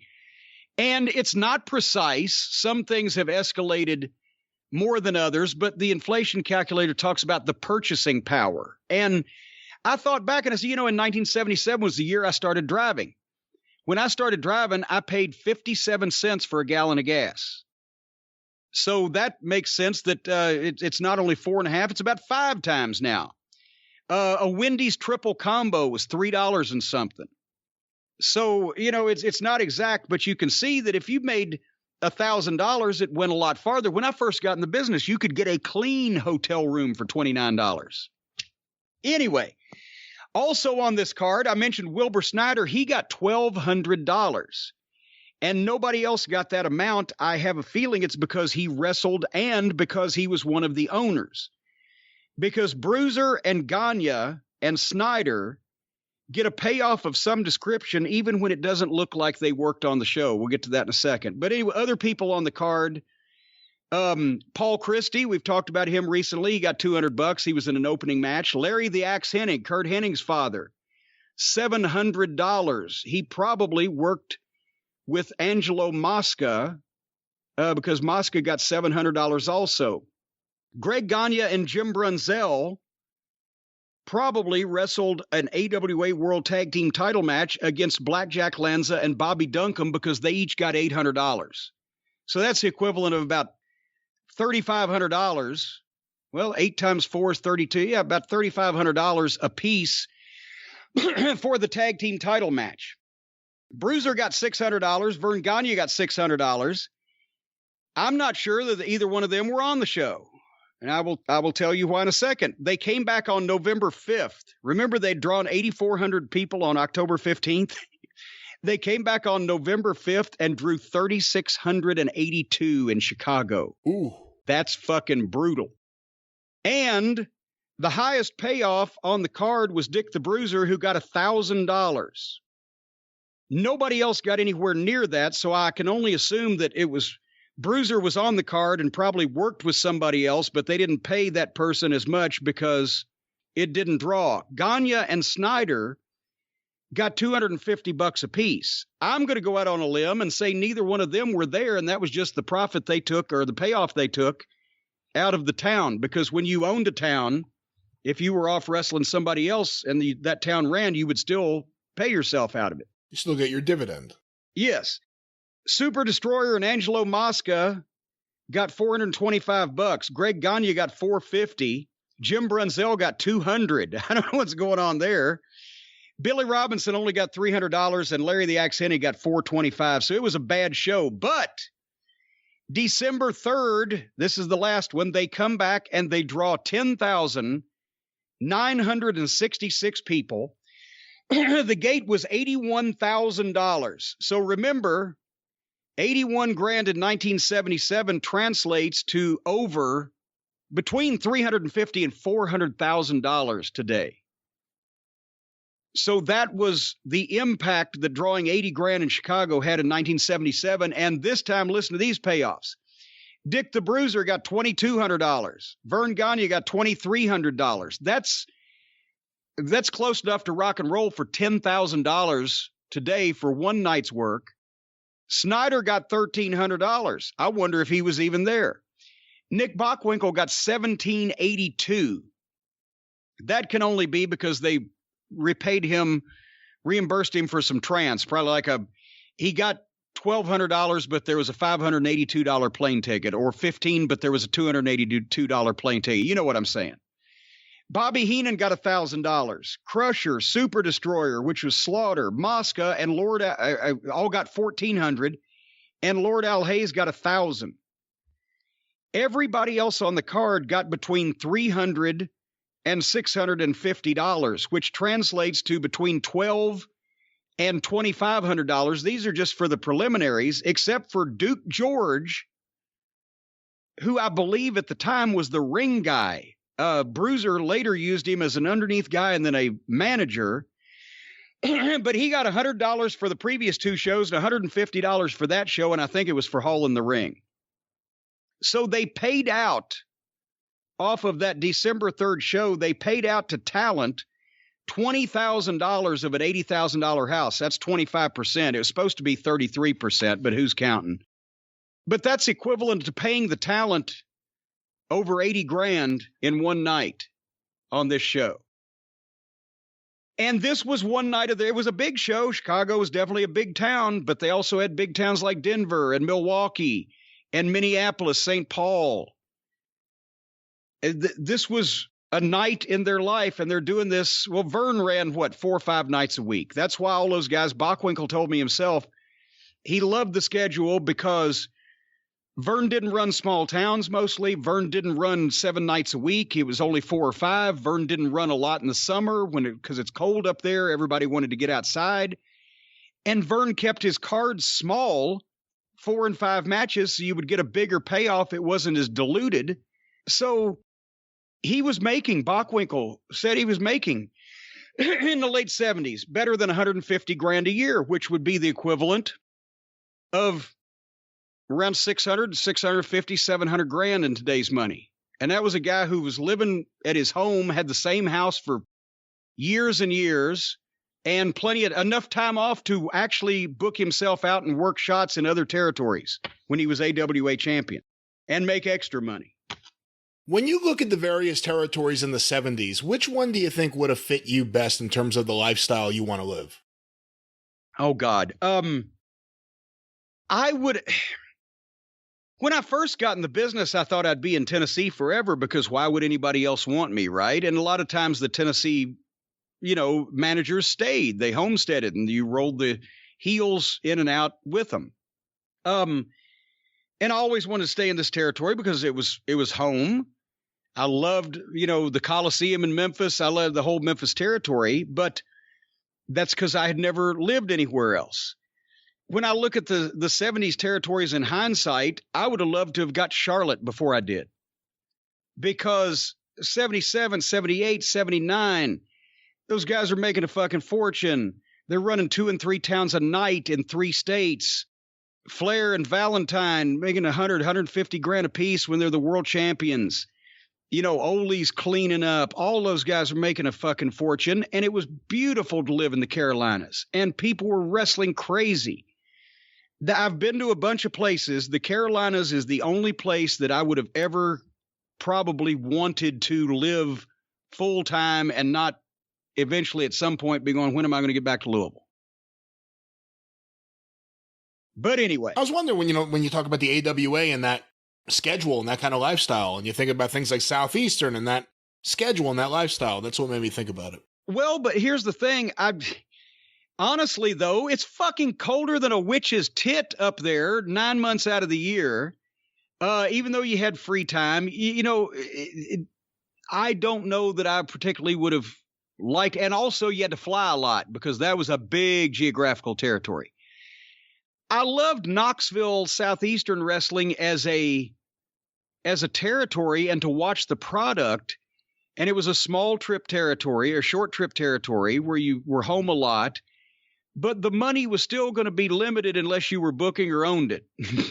And so if I was going to pick a dream territory for me to live and be, it would also be one of the higher paying ones that I would be able to make really good money in and still be happy. And I'd rather work the especially when I was younger. I wouldn't want to work anything now, but I would have rather, when I was younger, work that schedule in the Carolinas and make that money and live there and just be in that part of the country making the towns instead of flying places in the Midwest and upper Midwest where it's fucking freezing cold, or long distances, or, not as fun of a flavor of wrestling, whatever the case.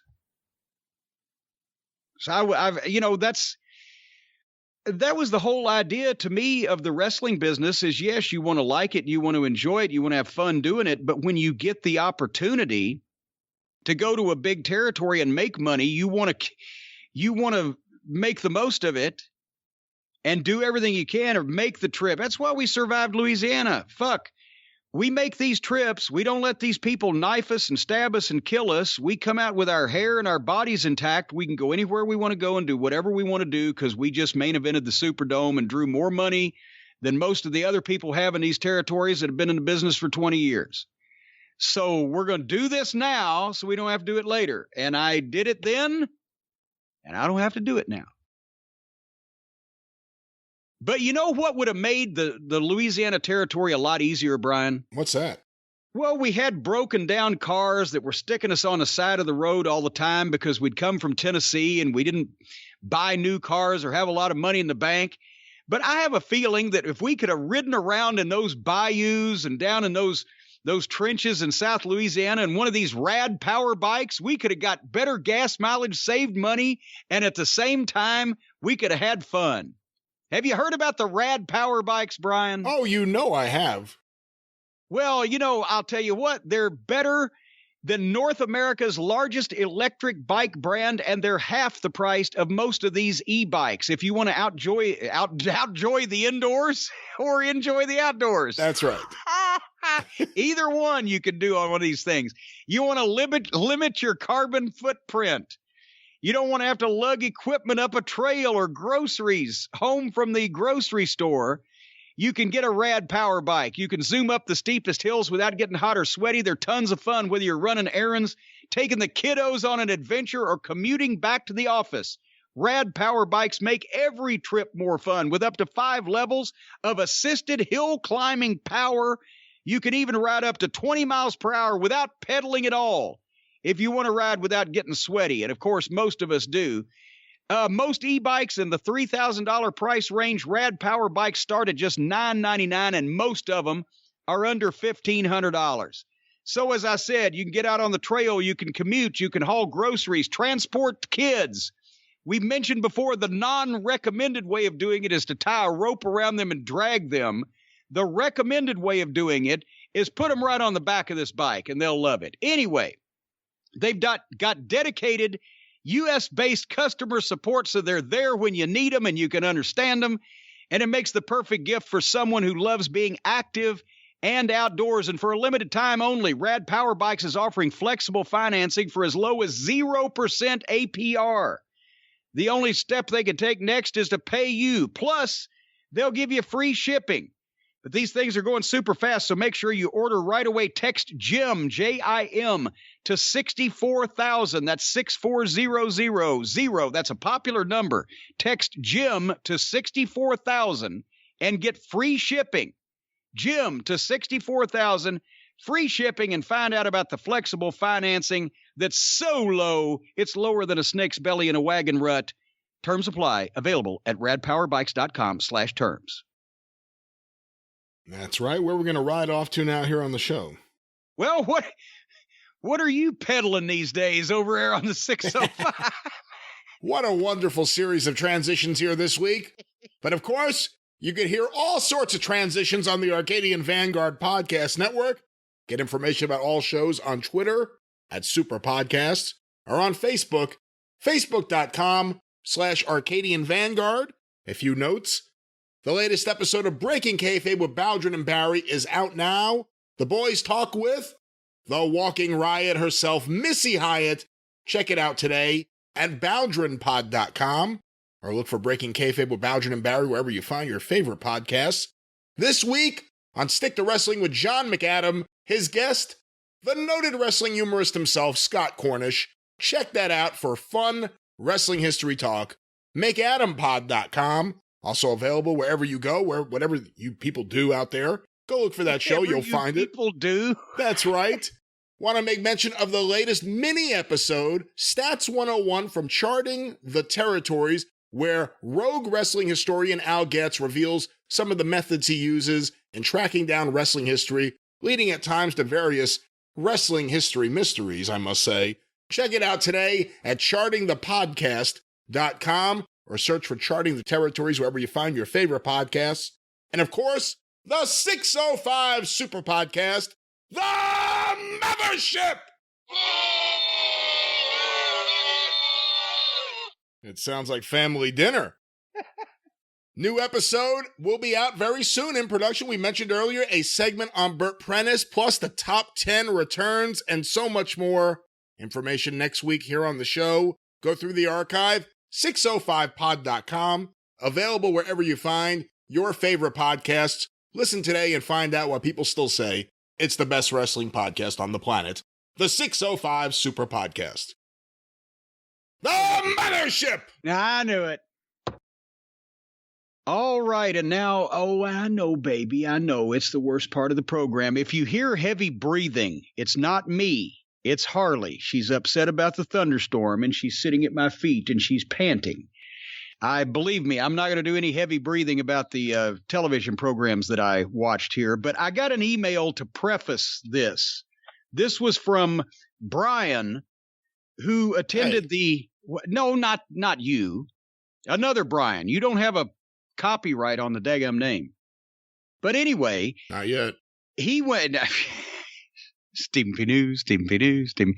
Anyway, he went to the show in Charlotte that they had, the Fight for the Fallen on AEW, which was 2 weeks. That's the last one that we watched. That's the one that had the Nick Gage fiasco. Okay, yeah. And we have some live notes. Hello, friends. Just attended last night's AEW Dynamite from Charlotte, North Carolina, and wanted to give you some perspective on the day of events as it unfolds for the fans that are attending these shows. In short, on this night in Charlotte, they filmed AEW Dark Elevation, then Live Dynamite, then AEW Dark. So he says a breakdown. Ticket says start time at 7 o'clock, so I'm in the building by 6:30, ready to go. 6:40, Justin Roberts comes out to greet the crowd, introduce the announcers. 7 o'clock, Elevation taping begins. Last match has Darby and Sting out there to get the audience worked up. 7:55, Tony Khan comes out to tell us after Dynamite they're filming the 100th episode of Dark, and he's announcing Jon Moxley for that program. 8 o'clock, Dynamite starts. 10-man tag, remember that one? You guys are totally right about the Elite sucking all the energy out of the building as soon as they can. This match goes 30 minutes, and the crowd is tired after this because they're already into their second hour of wrestling by this point. 9:45, Jericho match starts. Most of the audience is dead for this. It wasn't pleasant. This is not for this mainstream crowd. My first Nick Gage match and hopefully my last. 10 o'clock, Dynamite ends. They change the apron from that shit show and then remind us to stick around for Dark. Jon Moxley is coming. And by the way, this is somebody that bought a ticket to go and see this show. 10:15, AEW Dark starts, ... and never fucking ends. I don't watch the YouTube shows, so I have no idea how long these usually go. But by this point, we're seeing people come out more than once over the 3 shows, so no one is getting a great reaction. The crowd's exhausted, hanging on this promise of Jon Moxley. 11:30 p.m. My wife and I give up. 90 minutes after Dynamite ends with no conclusion in sight, we had to call it quits and make the drive home. They may still be in that arena putting on matches, and I'm sure Moxley was great when he appeared, but unless he was throwing out amphetamines to the crowd, it couldn't have been worth the wait. Midnight, the show probably ends, ? Maybe later, wasn't there. To sum it up, everyone on staff was nice, the show was professional, the pyro is great, they're trying to do all this shit, but damn, I do not feel the need to attend another AEW event anytime in the near future. There is no chance anyone was left wanting more.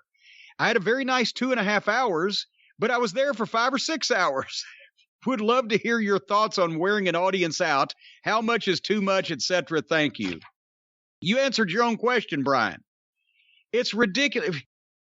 I mean, I started experiencing this when I started going to some independent shows in the late 2000s, early 2010s. The Ring of Honor shows in some cases fit this description. Other places I went looking at people, you'd have a goddamn show in front of 500 people and it would be 4 hours long because the guys just wouldn't stop doing shit and nobody would stick to their times.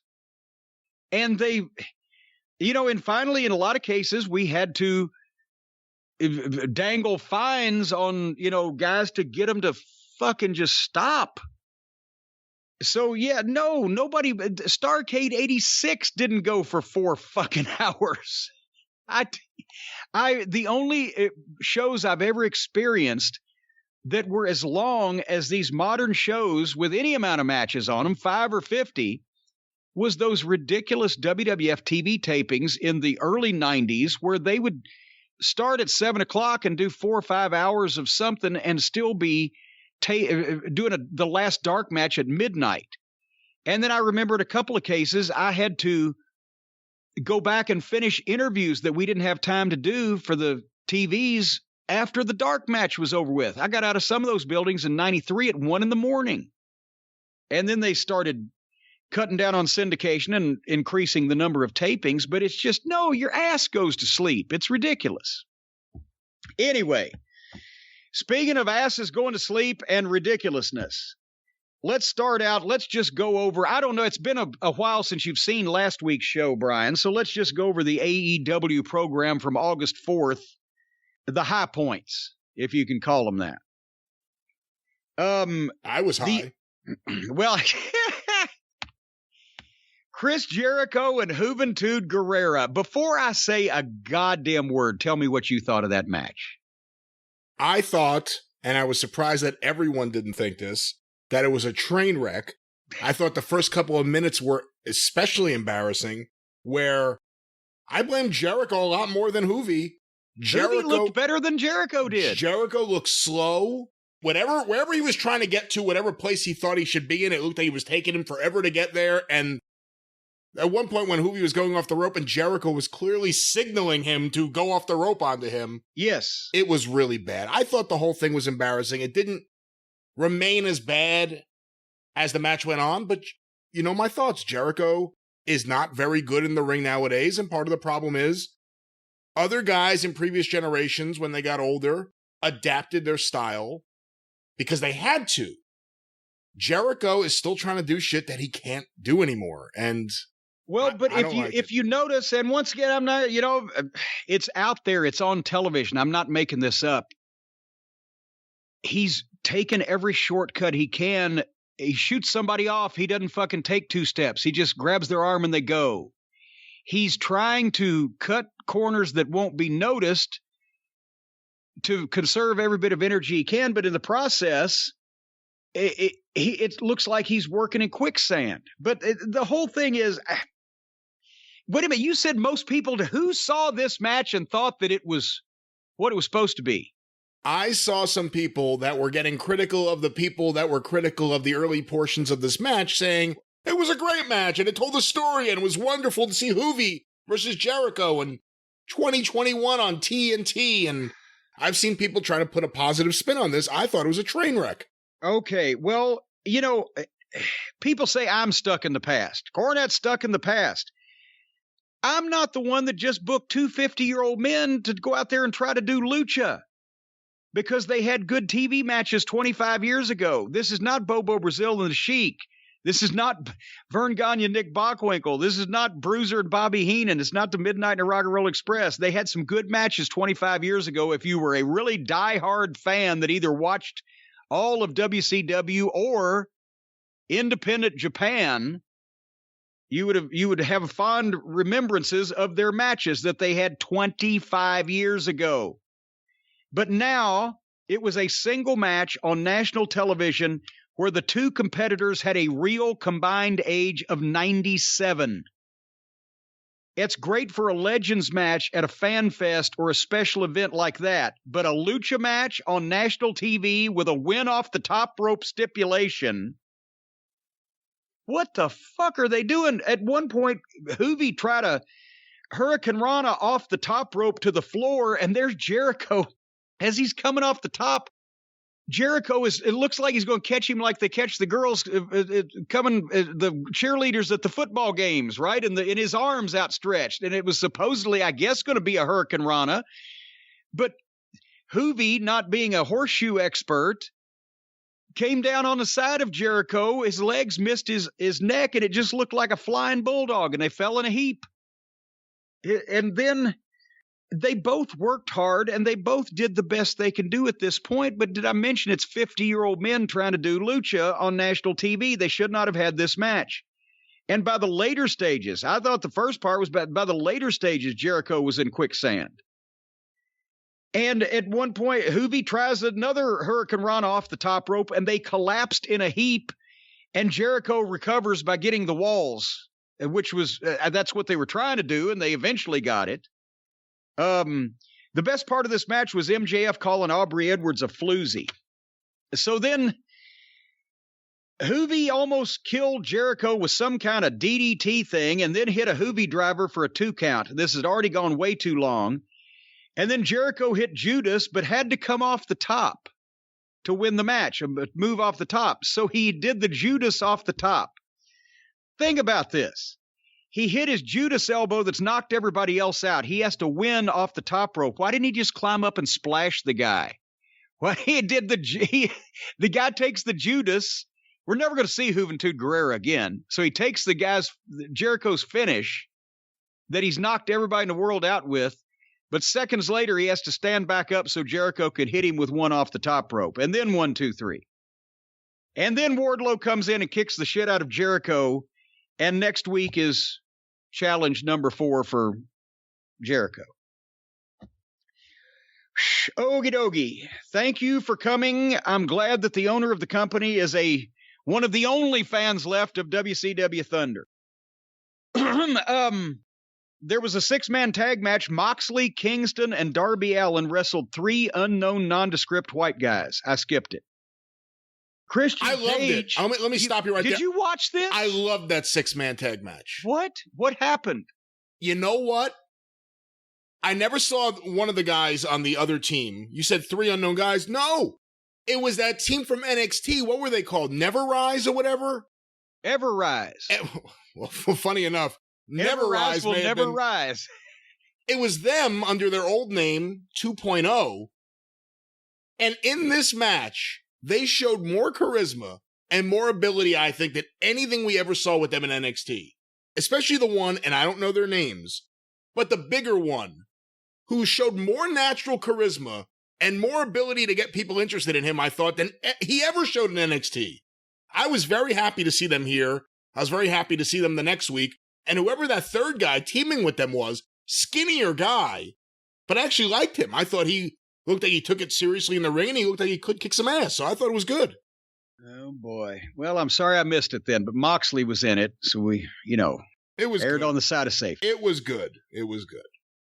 Christian Cage wrestled the Baker with the Bunny, and Cage jump-started it. The babyface jump-started it on the ramp, and they went back and forth. Where is the Butcher? And why is the Blade still the Blade if he doesn't have the Butcher? Why is the Blade? Why is the Blade the Blade? What is the Blade? Who is the Blade? Let me clarify this. Cage won. I remember the Blade rope. I'm not sure about the Blade, but I believe the Butcher's on tour because he's a musician. He's in a band. Well, good. Maybe they'll be very successful. They did a great package on Cash's arm injury, and the Hook did it somehow. And where they found a turnbuckle with a hook that will impale a man's arm, I don't have any fucking idea, but it looked goddamn disgusting. Unfortunately, this was clipped because from the little bits we saw, this was easily the best promo Dax has done in AEW. He seemed yeah. I mean, he was on fire here. He was great. I wish we could see more of this. Well, and Santana and Ortiz are good too. And they did one on the next week's show also. These little it's a 1-minute package on this horrible injury and this tag team rivalry.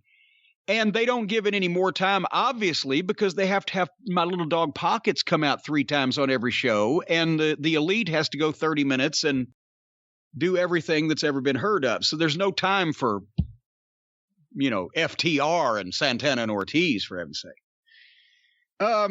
We've heard now that Paige is off for maternity leave. Paternity. I'm not making this up. Not maternity, paternity.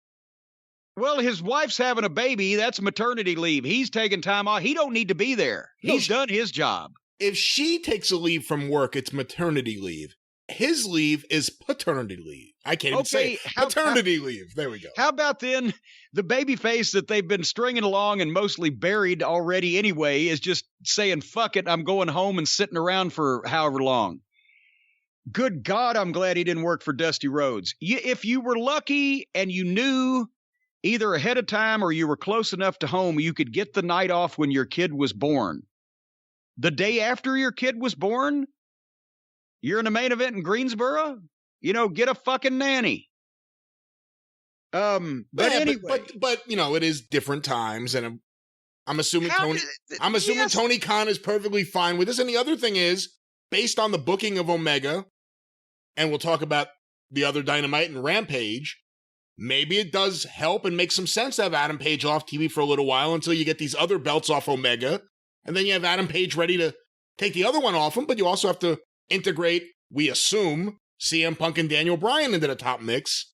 Maybe it is a good time to get Adam Page off TV for a few minutes. Get him away from the Dark Order for a few minutes. I won't argue that it's probably best for Adam Page that he appear as little on this television program as possible. However, they work one day a fucking week. It's fixed to be 2 days a week. How much leave do you have? Go home, have the baby, come back, make the pay-per-view. They got airplanes in this country. You go back home. My God.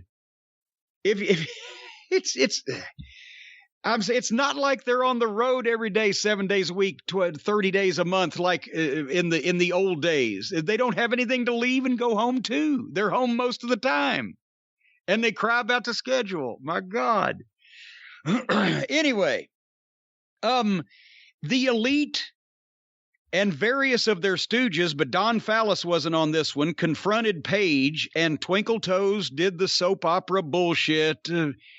He's trying to find himself. All this soft soap fucking drama horse shit that they've sprinkled into this thing to keep Page from looking like a man. Then they beat him up.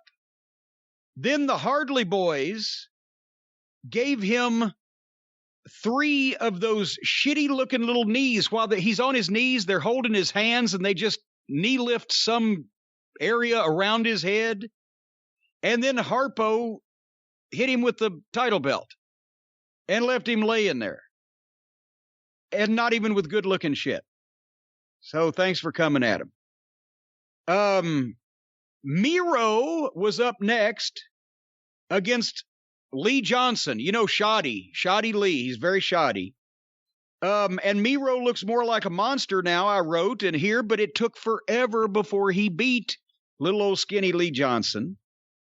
I zoned out and really didn't pay a lot of attention, but did I miss anything? Too many leg slaps from Lee Johnson. He's got to work on that. It's on every single thing he does. Everything he does, leg slap. And boy, when he does the headbutt, it really stands out when he slaps his leg. I've noticed that Excrement, the masked sock-faced announcer, continually says backstage. We're going backstage, or they're backstage like it's a fucking game show. Because since he got in the business through marks and was a mark and still is a mark, he talks like a mark and says backstage instead of locker room area because it's a fucking game show to them. The Bunny competed against Layla Hirsch with Pockets and the Goofy Friends, and Hirsch's corner people were enough to skip this, but you threw in a break. It was 12 minutes of national TV time they gave to the Bunny versus Layla Hirsch.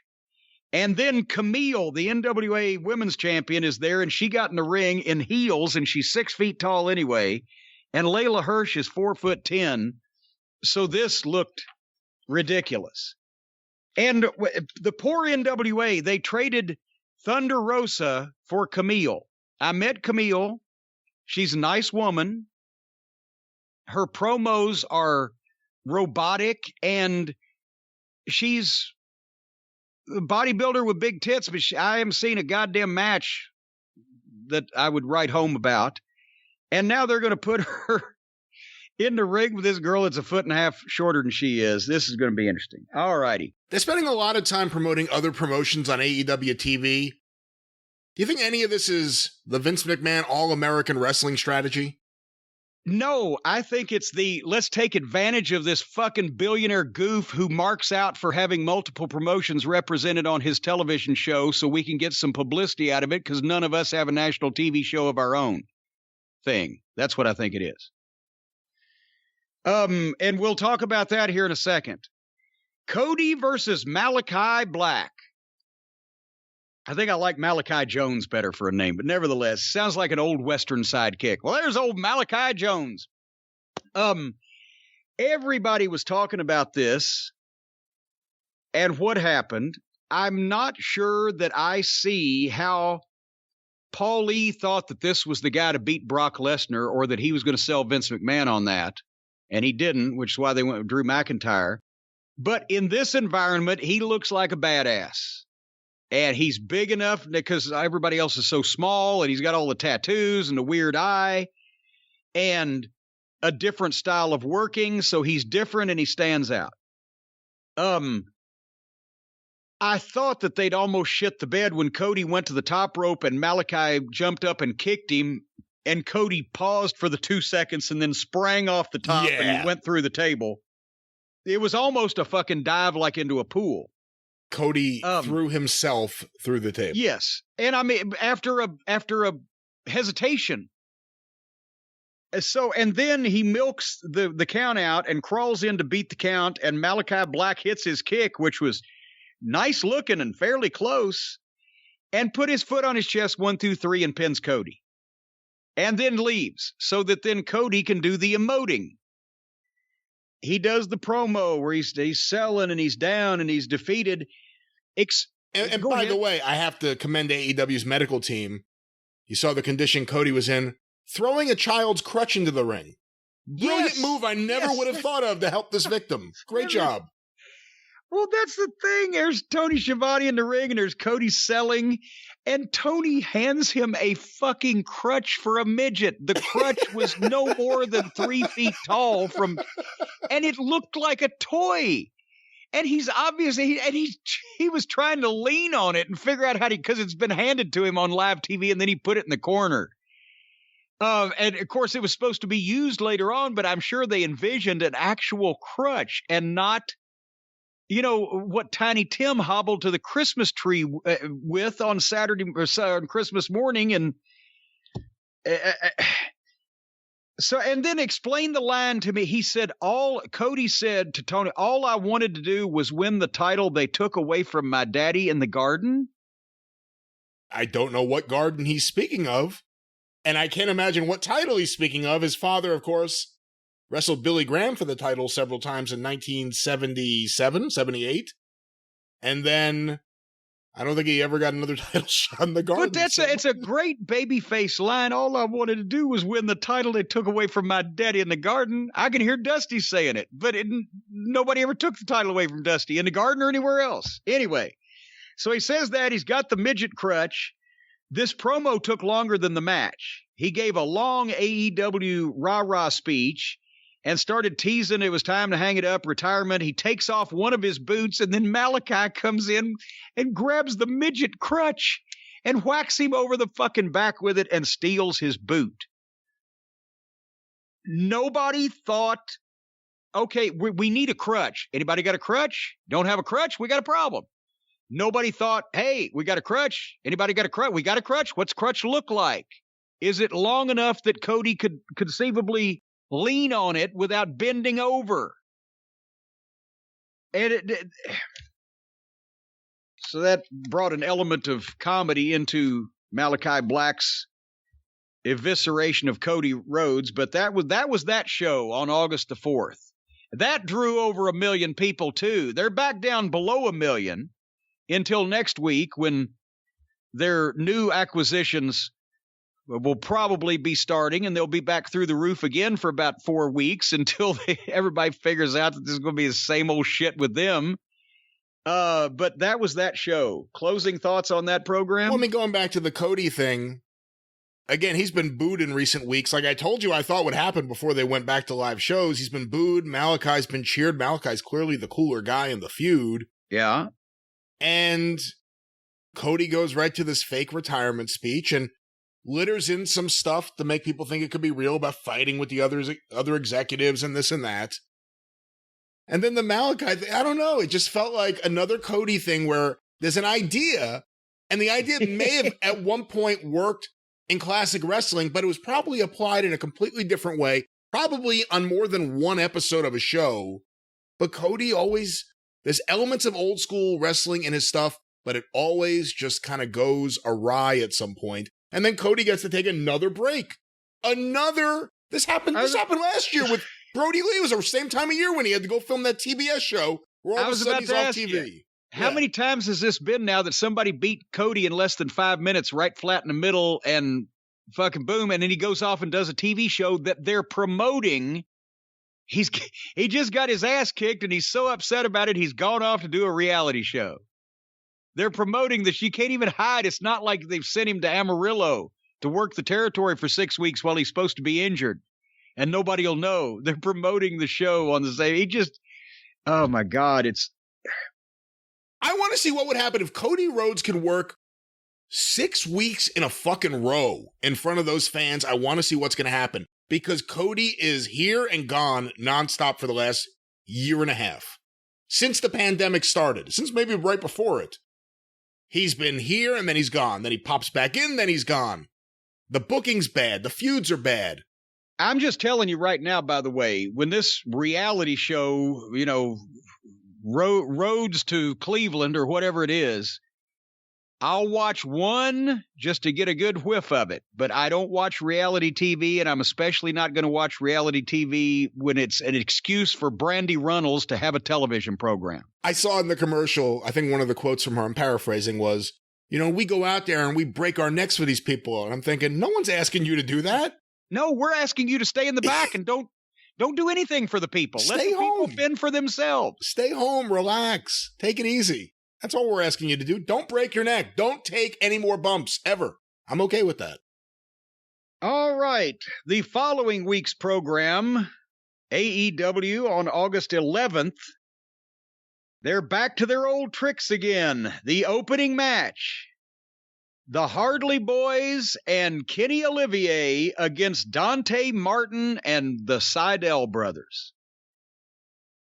And again, they're on first. And again, I thought at least this will make watching this program easier because the first 30 minutes of this will go quickly. And on Speed Search, the Bucks look normal because that's the way they move all the time. Like, a speeded up video. But at least I didn't have to sit and hear the announcing. But the Super Bowl. Brian, they play it, at the end of January every year. It's in all the papers. They put it on TV. You've seen it before, right? I have indeed, yes.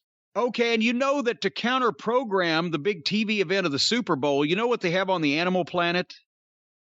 The Puppy Bowl. The Puppy Bowl, where they get a bunch of cute, adorable, little soft, furry puppies and put them on what looks like a miniature football field and let them romp and scamper around and roll over at each other and play with toys.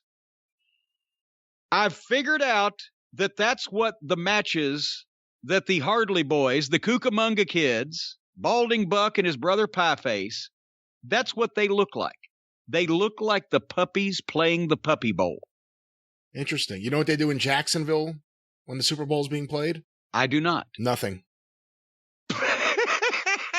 Very good. It's like they're cute, fuzzy little things that are not intimidating, and they just roll around and romp, and it's like a spoof of the actual athletic event. That's what the Hardy Boys' matches are. It's a spoof of an actual professional wrestling event. Yeah, that's their whole thing.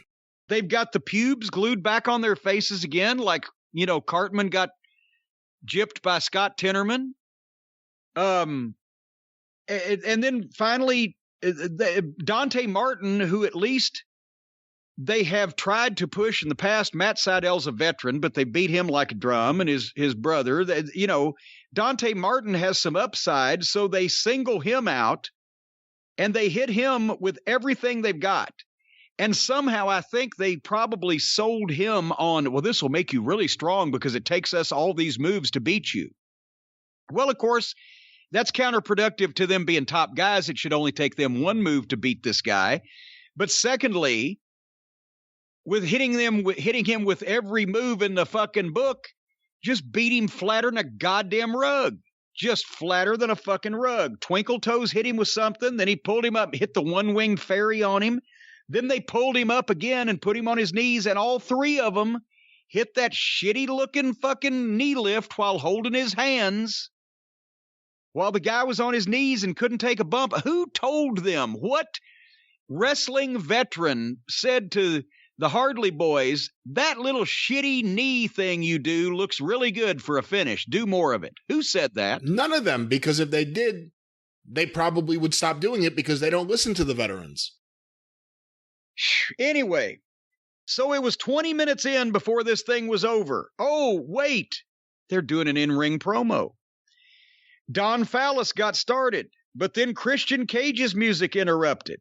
And Christian comes out, but Fallis tells him, rightfully so, that he's outnumbered. There's like 7 of them in the ring and 1 of him. So guess who comes out? Jungle Boy and Dino Douche. And now there's 3 baby faces and 7 heels, and the baby faces are going to the ring, and we go to a break. They now have breaks in the promos. What did they do for 3.5 minutes standing there in front of the live crowd, twiddling their dicks in their hands? So they come back and they're in the ring. As I said, babyface is outnumbered 2-1. Fallis is still talking. I've always liked Don Callis's promos in 97 when he was the Jackal. He's well-spoken and he's got conviction, but he could do a good job here if he had any serious talent to manage and to work with, and if he had any material. But he's hamstrung by this clown show. They won't be serious. They make him make jokes. They make jokes to him. Everybody's playing it broadly. They're mugging for the camera, pulling faces, as William Regal would say. And this whole promo was almost all smart mark material. They talked about 5-star match that you've been wanting to have, Christian. Boy, you got one of the greatest finishing moves ever. Kenny can't wait to kick out of your finish. And then fucking carny piece of shit or whatever he said. I was about to say Christian calls Fallis a carny piece of shit because you can tell the Young Bucks have been isolated from the actual real wrestling world for so long. They've read on the internet what it was like and what people were in it. And so they think, because they've listened to other marks say that, because they were never in real locker rooms and they wouldn't have been accepted in them. So they think that carny piece of shit is like an ultimate insult somehow, and that everybody that lies in wrestling is a carny piece of shit. The carnies were actually much more successful than these fucking idiots, because you didn't know that the carnies were trying to bullshit you because they were good and smooth. But these people, the Bucks, Fallis, Olivier especially, you wouldn't believe a word they said because they're not convincing. So they're shitty carnies. Anyway, Cage finally spoke. He's going to face Harpo, old Harpo Fingerfuck, for the AEW title at All Out for the pay-per-view for the title, but he's also going to face Harpo on Friday night's Rampage on free TV for the Impact title. So they're going to give away, and I didn't know what was going to happen at this point, but they're going to give away the title match at the pay-per-view on free television. Let's see how this works out.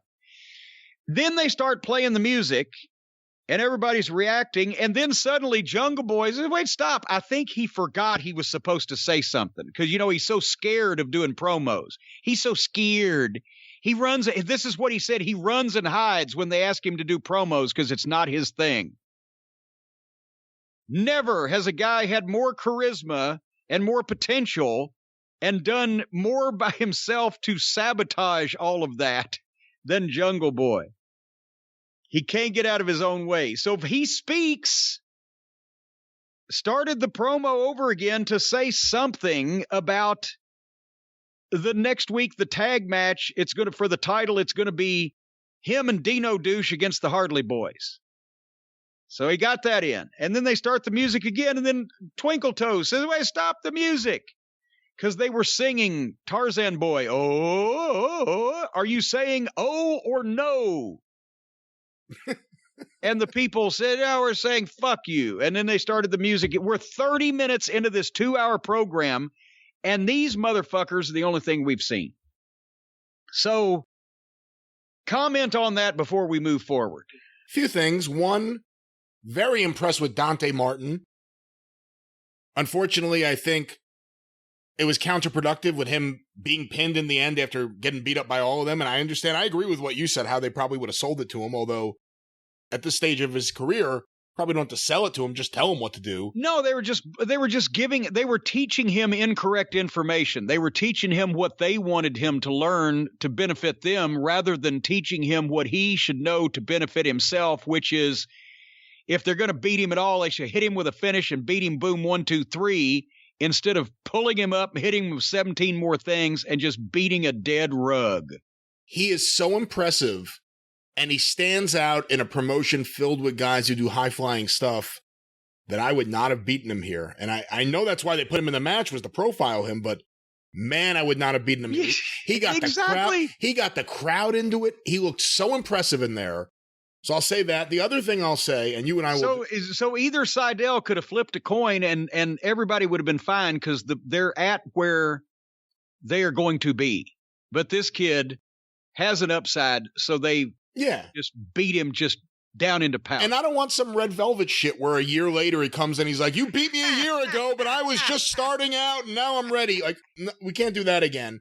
I will say, and you and I will probably disagree on this, and we'll talk more about it when we get to Rampage, out of this whole act with the Elite, and it is one of the lamest things in wrestling history. The bad comedy, the basketball crap, having multiple flunkies who were just comedy figures like Nakazawa and Cutlet. Nick Jackson is talented. I'll say that. Matt Jackson is one of the most worthless wrestlers in the history of wrestling. He's not very good in the ring. His promos are terrible. Awful personality, and he seems to want to be Dick the Bruiser in there. But with that said, I think all of them are holding Omega back. And what I mean is, I think Omega isn't the weak part of this whole thing. I think Omega, to the best of his ability, and there's still stupid shit, and we'll talk about that in the Christian match, I think Omega's doing as good as he can to be a serious heel. I don't see him as a main event world champion heel. I was about to agree with you if you'd have put a period after can. I believe he is doing as good as he can, but you think he's actually trying to be a serious champion? I don't know about serious, but I think this is as good as he can do at being a serious wrestling character. Okay, I'm back with you then. This is as good as he can do, but he's not trying to be serious. As good as he can do, I've always said it. I don't see him as a main event champion. I see him as more of an intercontinental. And I know there other people will point, oh, look at what he did in the Tokyo Dome. Look at this, look at that. I get it. I don't see him at that level. When I see him in the ring and he's a smaller guy and he's got these belts and he's got all these comedy performers with him, he doesn't seem like a serious champion. He seems like a goof. I don't think, though, he's the weak part. I think the Young Bucks are really, really... Well, I will go home heat right now. I don't think Omega's the problem. I think Callis kind of sucks. I know I'm one of the rare people that thinks that. I'm not even talking about him on a personal level. I've never thought, yeah, he could talk, but I never thought his promos really were effective. I hated him in ECW. I wasn't a big fan of him in WWE, but that's not his fault, because the Truth Commission I never saw sucked. an ECW. My frame of reference was the Jackal. But I don't need ECW. I would like Omega a lot more if there wasn't so much bad comedy around him. I could deal with all of his fucking pointing and dancing and everything if it wasn't surrounded by all this other shit. You're a charitable man. Yeah, I've been told. Malachi Black on this episode was a horror movie host with dramatic material and still has Cody's boot. And immediately after that, they played footage from Cody's new reality show to make it obvious that that's what he put Malachi Black over to take time off for, to promote. And Tony Schiavone tried to slip in, well, they've been shooting this. I hope he'll be able to shoot some more. Yeah, I think he'll be all right. He did have one good line when he held up the boot. He says, "You have 1 foot in the grave." I thought that was good. Okay, well, now we know who the 3 nondescript white guys were on the previous week's program, because Daniel Garcia in a single match with 2.0, and you're right, they were Ever-Rise. Yeah. Took on Darby Allin with Sting, and I wrote, can somebody feed all these guys a fucking sandwich? Darby Allin's 150. Garcia's painfully thin. 2.0 looked big because they're standing next to the other two. And then there's Sting, a grown adult man, 6'2" and 240 or whatever. Well, he's probably lightened up, 230 now. And he's the one in the corner. And this match went through a break. The combined weight of both of these guys wrestling on a national television program could not have been over 300 pounds. Not by much. And then when Darby wins, as we knew he was going to, then there's an afterbirth where Darby continues to beat up Skinny McGee, and then Sting beats up both of the job guys in Skinny McGee's corner. And it took a while. And Stinger, the backhands worked when you were over like God and it was the middle of a match with Flair, but are those backhands the worst strikes you've ever seen from a main event wrestler? It's just... well, yeah, I mean, do you consider Shane McMahon a main event wrestler? No, I don't. Okay. All right, this was an easy show to watch, though, because up next was Hatchet Head Taylor, My Little Dog Pockets, and the part of Trent will now be played by Wheeler Yuta, or Wheeler Useless, because as soon as Trent comes back, what's he going to be doing? Are they not going to be best friends anymore? And Chris Flatlander was in the corner, and this was another 6-man tag. Wait a minute. Did we have the last 6-man tag was on the previous show, or I forget? No, that was on this show. That was the one with the Bucks and Omega. Yeah, 6-man tag. The second 2 matches earlier of the show. Yeah. 2 matches earlier. Against Private Party and Matt Hardy. And so anything that the best friends are involved in can be easily skipped. But at the end, somehow Jack Evans had appeared and they beat Trent's stand-in, and the Bunny and the Baker were out there too. And this was 15 minutes on national television. No wonder they were back under 1 million with this show. Andre Olio came out with Chavo Guerrero, and Chavo did most of the talking and all of the intelligible speaking. But I ask you a question, Brian Last. You've got friends all over the world. Can the people who speak Spanish understand Andrade, or is he like a Boomhauser in Spanish as well? Nobody, is he like just marble mouth that nobody in any language can understand, or is it just the problem he has with English? I'll find out. I'll do a case study this next coming week. Yes, because I did notice this week they stopped doing the subtitles. The subtitles when he did his promos, and I was paying attention very closely to see how much I could understand. So that's the question we want to know, folks. If you're out there, if you're a Spanish speaker, can anybody in any language understand what this guy fucking says? Another package with Santana and Ortiz challenging FTR, VTR, the arm injury. Again, look at the collection of outlaw mud show indie clowns that gets paraded into this ring live on a regular basis, but yet 2 of the only serious tag teams, one of which happens to be the best tag team in the goddamn world, we're getting a fucking 60-second pre-tape package. But they had to have time for the next match, which was Nyla Rose with Vicky Guerrero against Chris Flatlander with My Little Dog Pockets. Was this 3 times for Pockets on this program? At least 2, but I think there may have been another one. I think 2 so far. Another one out there somewhere. But anyway, yeah. So what? Really? At this point, I started to get pissed. They're not even trying. I'm speed searching through this. But at one point, Pockets was selling Vicky Guerrero at ringside, screaming at him. She just walks up and starts screaming, and he covers his ears and bends over and stands there and lets her scream at him. while Nyla Rose chokeslammed Chris Flatlander on the apron of the ring and got a 2 count. Then Nyla Rose put Statlander on the top rope, across the top rope, and she's going up to the top for that big knee that it looks like she kills people with, right? But when she gets up to the top, Nyla Rose, that is, to jump off with the knee onto the back of the head of Statlander, the alien from Andromeda starts walking on her fucking hands to get away from the move. She doesn't stand up off the rope or roll into the ring and jump up to her feet to protect herself. She just starts doing a handstand and walking across the ring because she can do that. So since it's something that she can do, what difference does it make that it doesn't make any goddamn sense in this particular wrestling match? Just do it. So she walks to the middle of the ring on her hands, and Nyla Rose jumps off the top rope and just comes and spears her while she's upside down and almost drove her head first into the mat. If she hadn't have tucked her head at the last second, it would have been head first like a spike. Blah. I fast forwarded this. I have no idea what happened. Did I miss anything? No. Statlander won. Well, thanks for coming, Nyla. Boy, I wish I could get one of these legendary veterans to be a manager for me so that I could then lose every match I have from then on out. Well, what legendary veteran manager? Vicky Guerrero? Vicky Guerrero. Legendary? Hey, look at this crew. Even Vicky Guerrero's been in the shower more than they've been in the ring. Who came up with that stupid spot? You will just yell at Orange Cassidy and he will sell his ears for the rest of the match. Stupid. Pick it. Pick who.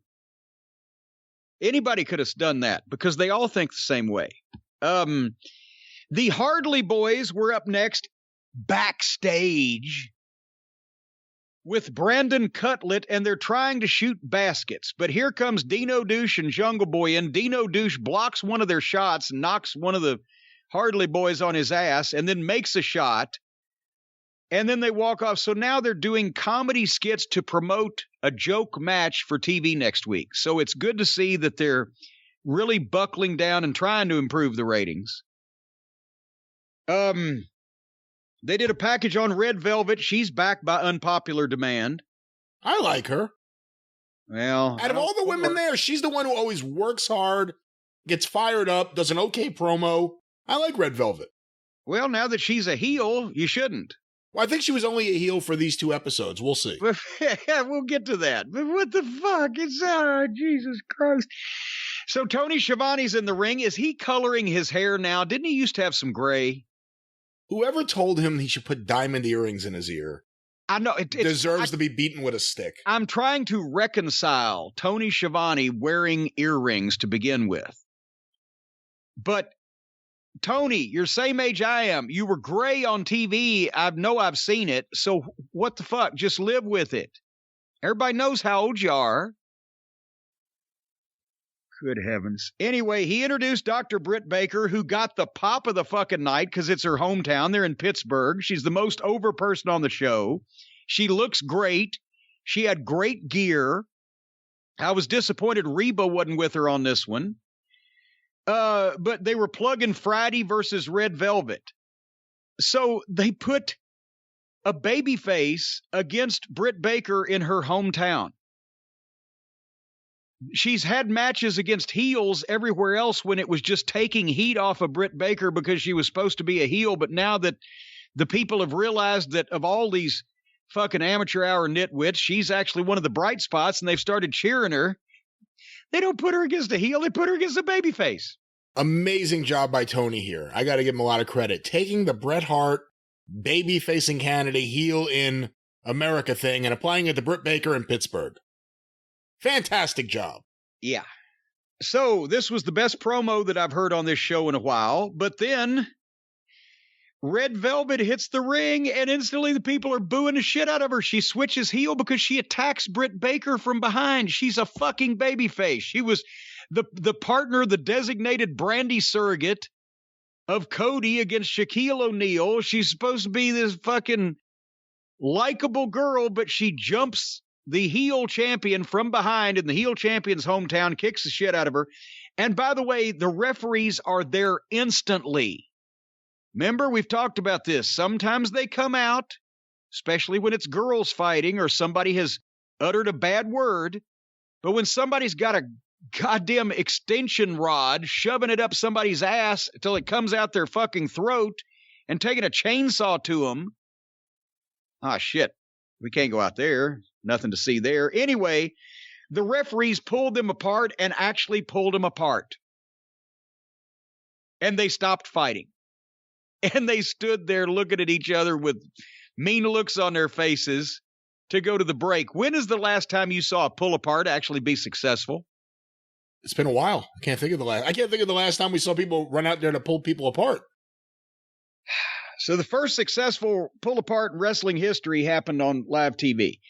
Next, in this parade of terror, for the Impact Tag Team title, not even the AEW Tag Team title, but the title from another promotion that nobody fucking watches, that they've somehow been talked into promoting on this television program, Pizzeria Uno and his partner Dick Grayson against Gallows and Anderson, and they stuck Brandon Cutlet in Gallows and Anderson's corner. And the Good Brothers. And they have horrible entrance music, by the way, but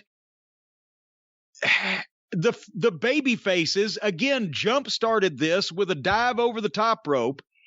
I would not book or watch the Super Smash Brothers in 2011, and I'm not going to be watching this 10 years later.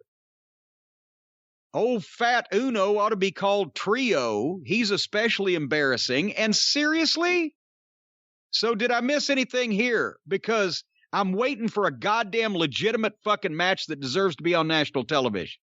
No, you didn't miss anything. I will say, though, out of the two tag teams, I'd rather watch the Dark Order than the Good Brothers any day of the week.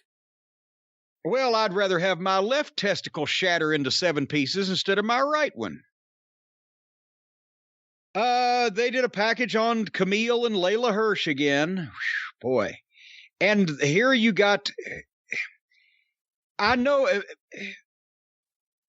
Billy Corgan was enamored. I'm not talking about like harassing or something, but he liked Camille as a talent. And they had found some other girl with fucking large upper frontal protuberances that they were going to push. And it's when we parted company. I don't know what happened after that, the pandemic. But my God, is Camille reading a teleprompter? Or is she memorized it and she's so intent on saying it correctly that she doesn't blink or change inflection in her voice or anything? What do you think? It was the first time I've seen her. I've only seen pictures of her. I never actually heard her speak before. Not good. She's in great shape.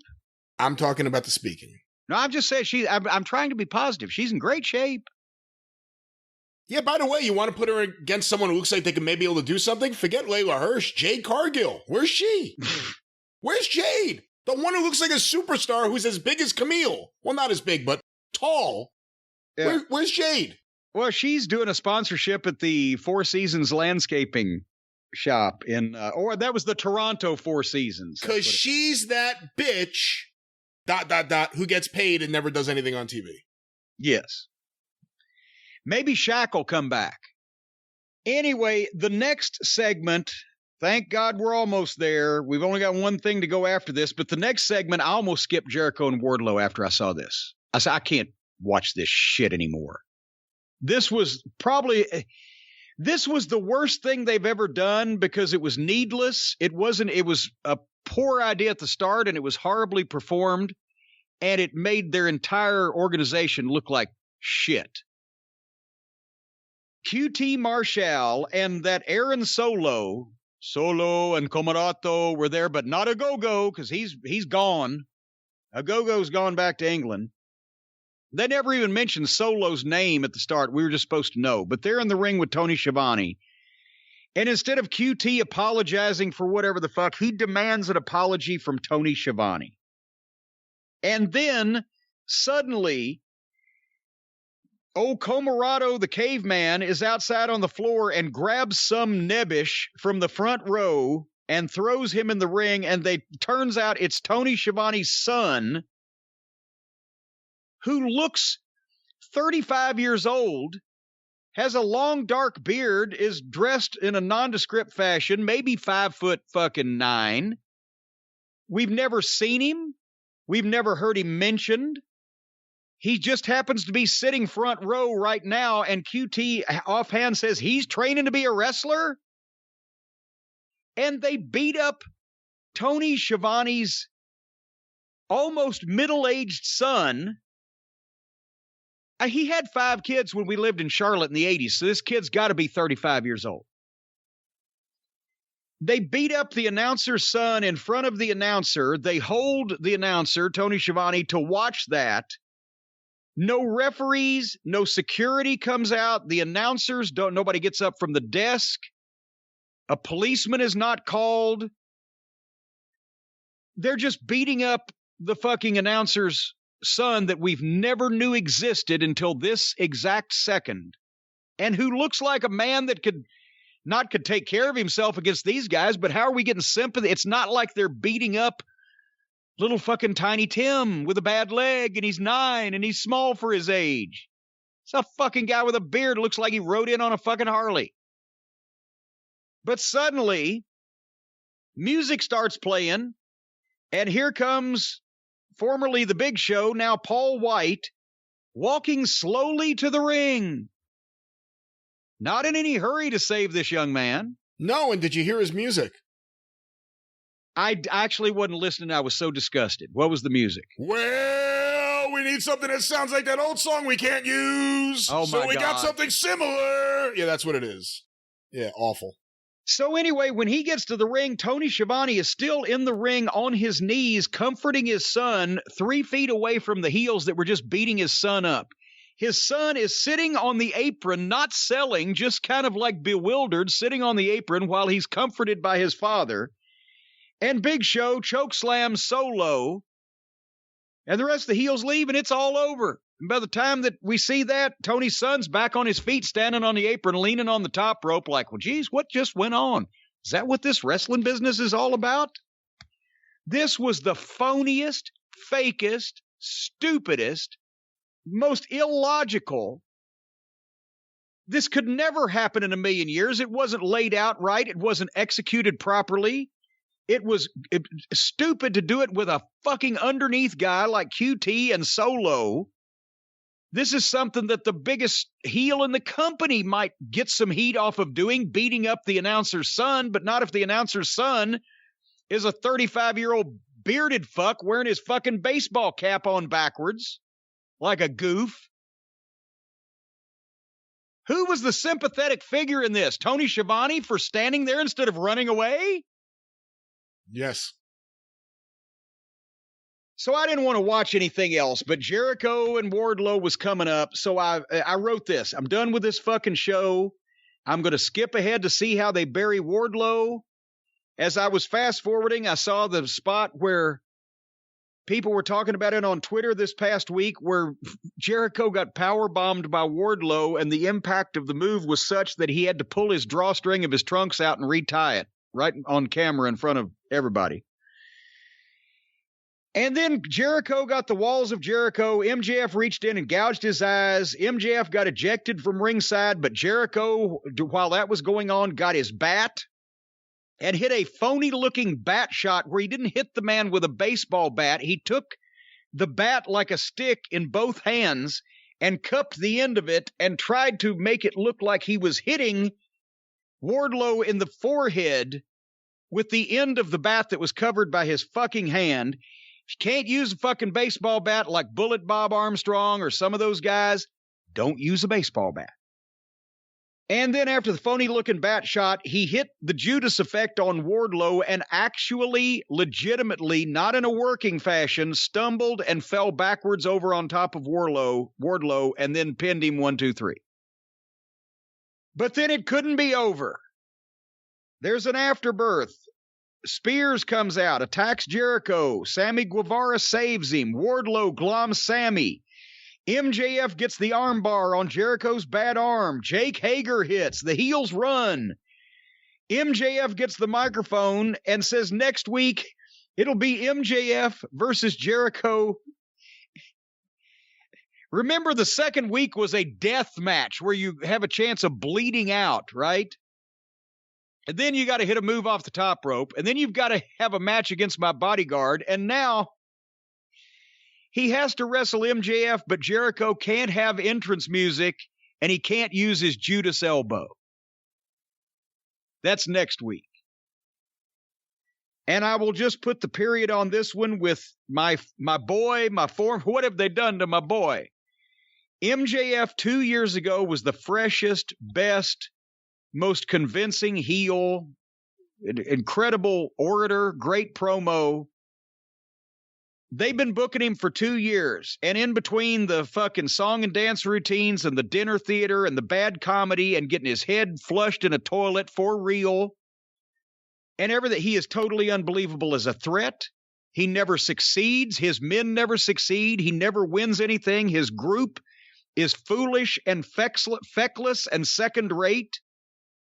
And the only part of the group that can really produce in the ring on a regular basis is FTR, and they were buried by the fucking Harley Boys before they even got started and now are in the Federal Witness Protection Program, whether injured or not, because let's face it, you know that the Young Bucks can't let a tag team that blows them away every time they appear get any significant time on this television show, because it will expose the myth that the Young Bucks know what they're doing when people see a real tag team.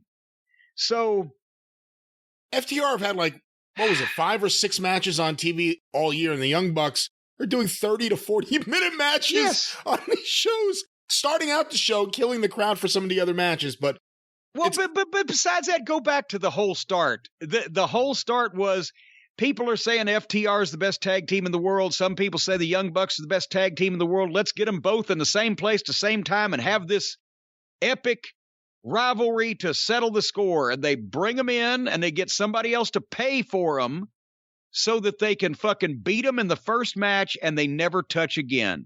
That's the way you eliminate and bury and basically demean and diminish your rivals, when you're an insecure bunch of fucking twats that have, for whatever reason, accepted the viewpoint of a small group of people that you're the best at what you do when what you do is a joke to begin with.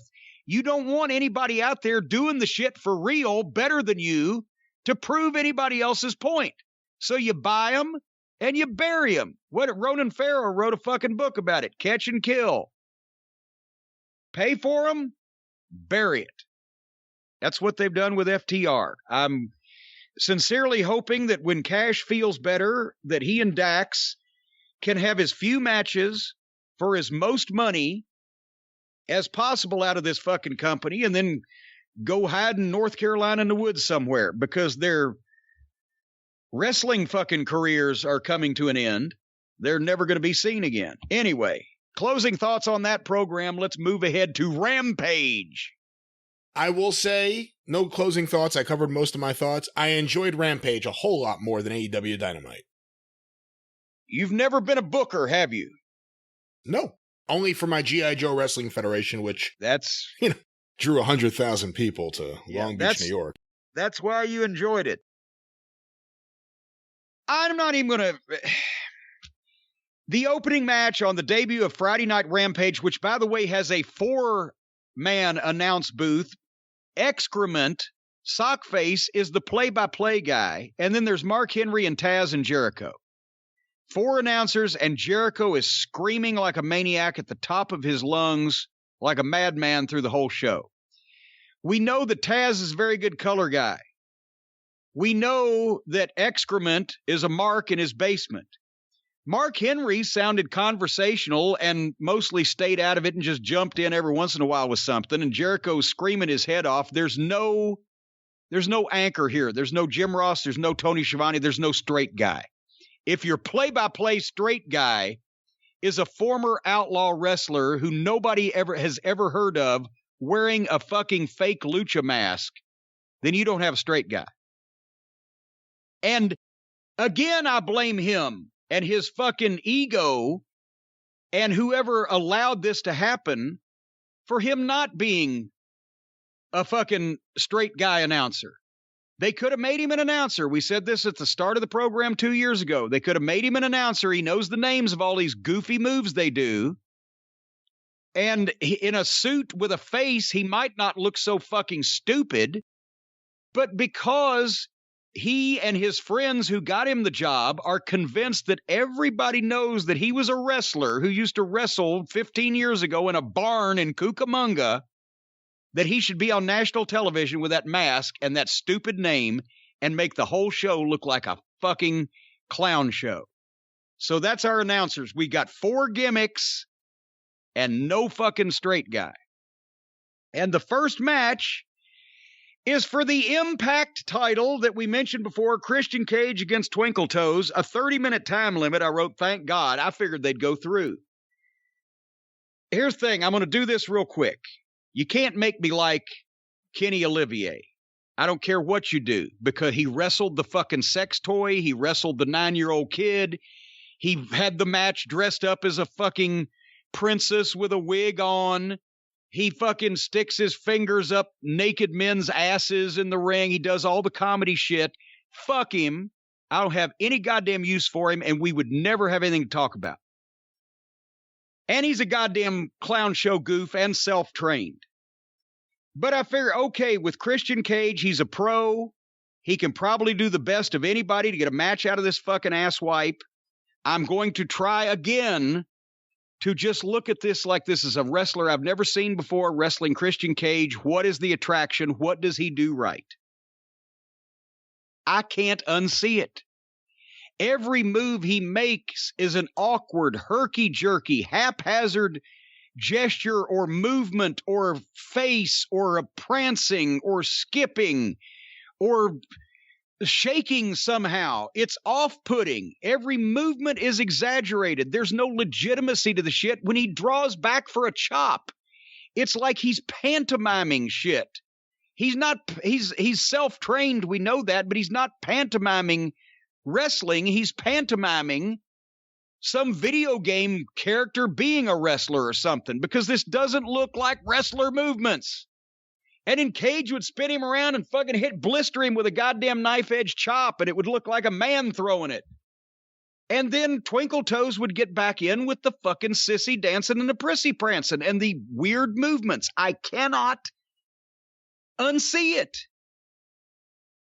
And, like I said, it's more of a match that made sense than anything you usually see him in, but still, it's just those weird movements and the lack of being able to get lost in something as a contest or as a fight or with animal emotion and anger. There's no anger that comes off of him. There's no danger. There's no brutality. There's no viciousness. He's a fucking putz. And he's playing wrestler. That's what I see. And I see random mid-card talents sitting ringside watching this match. They started on the home stretch. They started going to those false finishes, and they were good. And I think Christian obviously had to be leading this thing because it made more sense and hung together more than anything that Olivier ever does. Even with the finger pointing and the gesticulating, Christian couldn't stop that. But then the finish, Don Fallis distracts the referee. Olivier hits Cage with the nut shot. The Bucks slide a chair in the ring. Don Fallis has the referee forever, and nobody's hurrying, so he's burying him. And Olivier goes to give the one-winged fairy to Christian on the chair, but Christian reverses it and hits his finish on Olivier on the chair. 1, 2, 3.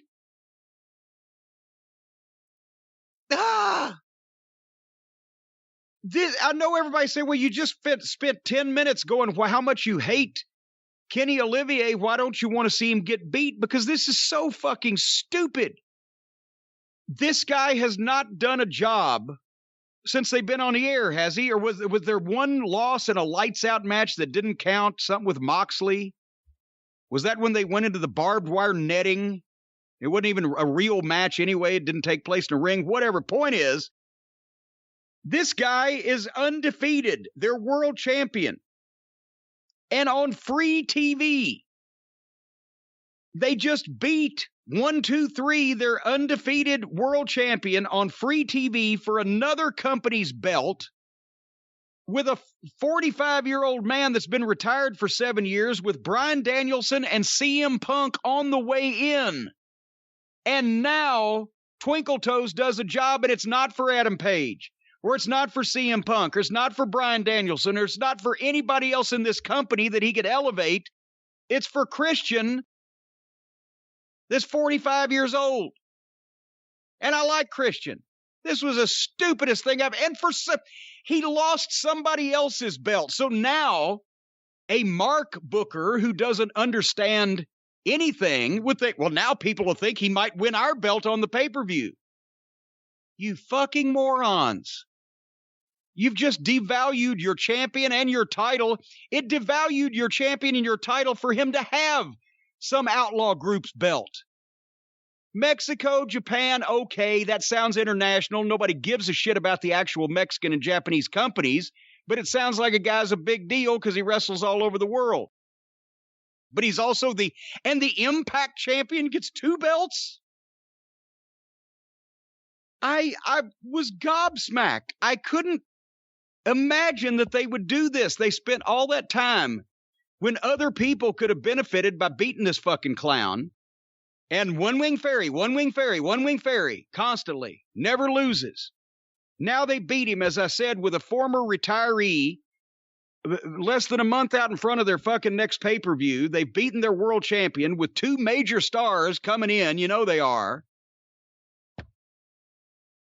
This is insanity. And you know what? I bet they're probably thinking, well, see, we'll swerve the people because on the pay-per-view, he'll beat Christian. On our pay-per-view for our belt, it doesn't matter. He just got fucking beat, you morons. I think the bigger story isn't the Christian match at the pay-per-view because everyone kind of knows what's going to happen there. If I'm going to guess, and again, I wouldn't book the way Tony Khan does, and I don't think he necessarily does the right thing in terms of week-to-week television. Very talented when it comes to putting together matches that people will pay to see, but the television week-to-week isn't good. But I got to think Omega just lost those 2 belts. Tonight, as we're recording, he's wrestling Andrade in AAA. If he loses that other belt, the AAA Mega title, he only has the AEW title. I think that long-term booking of who's going to be the person, whether it's Adam Page or Punk or Bryan or whatever, who's going to get the final belt off the belt collector, I think that may be the booking focus more than the Christian match. I'm not saying that's right or wrong, but that's the way I took it. Well, yeah, there you go. After everybody else has had their way with him, why don't you just slide in there? That way he's softened up now. Instead of beating an unbeaten champion that's been undefeated for 2 years, we can beat a guy that's just had the shit kicked out of him all over the world. Fucking hell. And again, you say he has a talent for putting together matches that people will pay to see. Seriously? There's no talent involved. The AEW crowd will pay to see them take a shit in the ring. There's no rhyme or reason for these matches. When they have the matches, most of them aren't very good. They're just train wrecks and clusterfucks. That's what those fans like.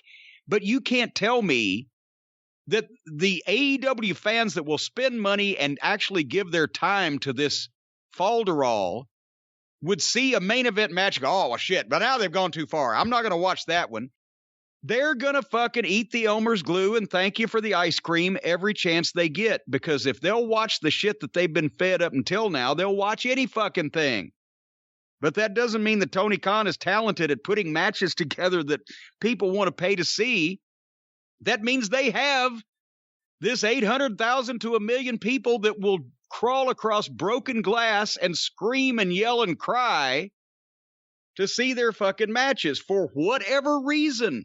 Just an irrational hatred of Vince McMahon, or that the WWE is boring as fuck, or it's a goddamn, Disney on parade in the ring now and is so emasculated and so fucking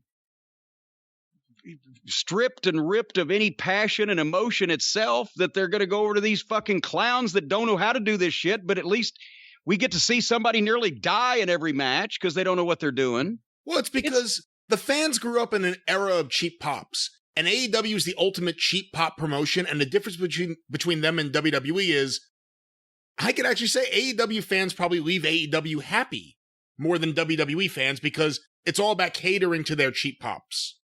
Yes.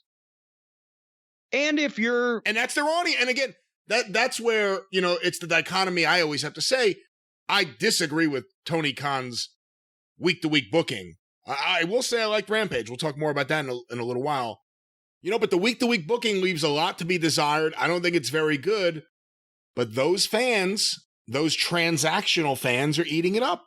So for that audience, he's producing the perfect product right now. For this audience, it may not be the perfect audience.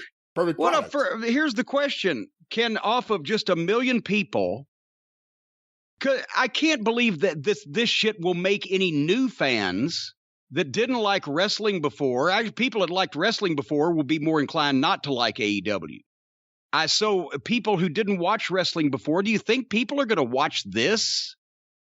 It's 1 million people, and they better hope those 1 million people will buy all the video games and every bit of the merchandise and all the pay-per-views because they cannot expand their audience. There's not going to be people in significant numbers that wants to watch bad-looking fake fights amongst guys that are obviously not taking it seriously, and the shit doesn't make any sense, and you don't even know who to fucking cheer for. That is not going to draw a large amount of people.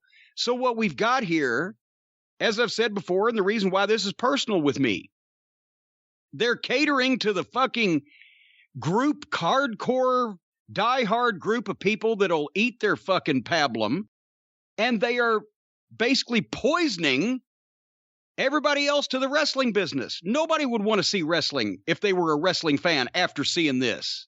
I get paid to watch this shit, and I can't stand it. It hurts my feelings. And anybody who was ever a fan of professional wrestling basically feels the same fucking way. Who are these children, and why are they play acting? But for their audience, they're going to feed that shit to them because they think that everybody in the world will like this if they just get a good whiff of it. And I got news for them. No.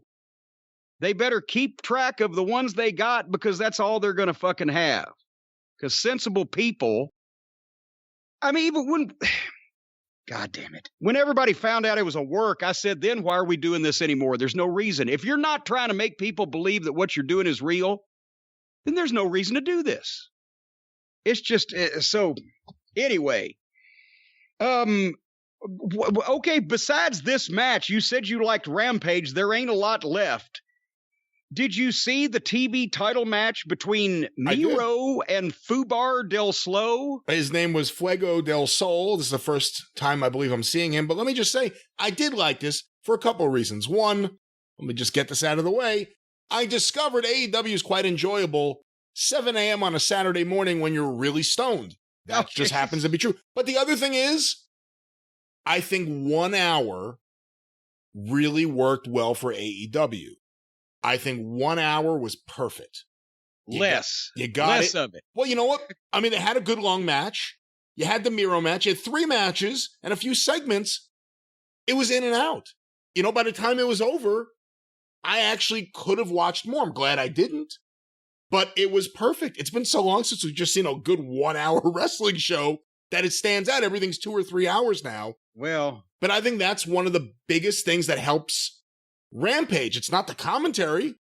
It's the fact that it's only 1 hour, that you're going to be able to get 2 main event matches, maybe, based on the way AEW does things, and another match in there. I thought it was a good show based on that.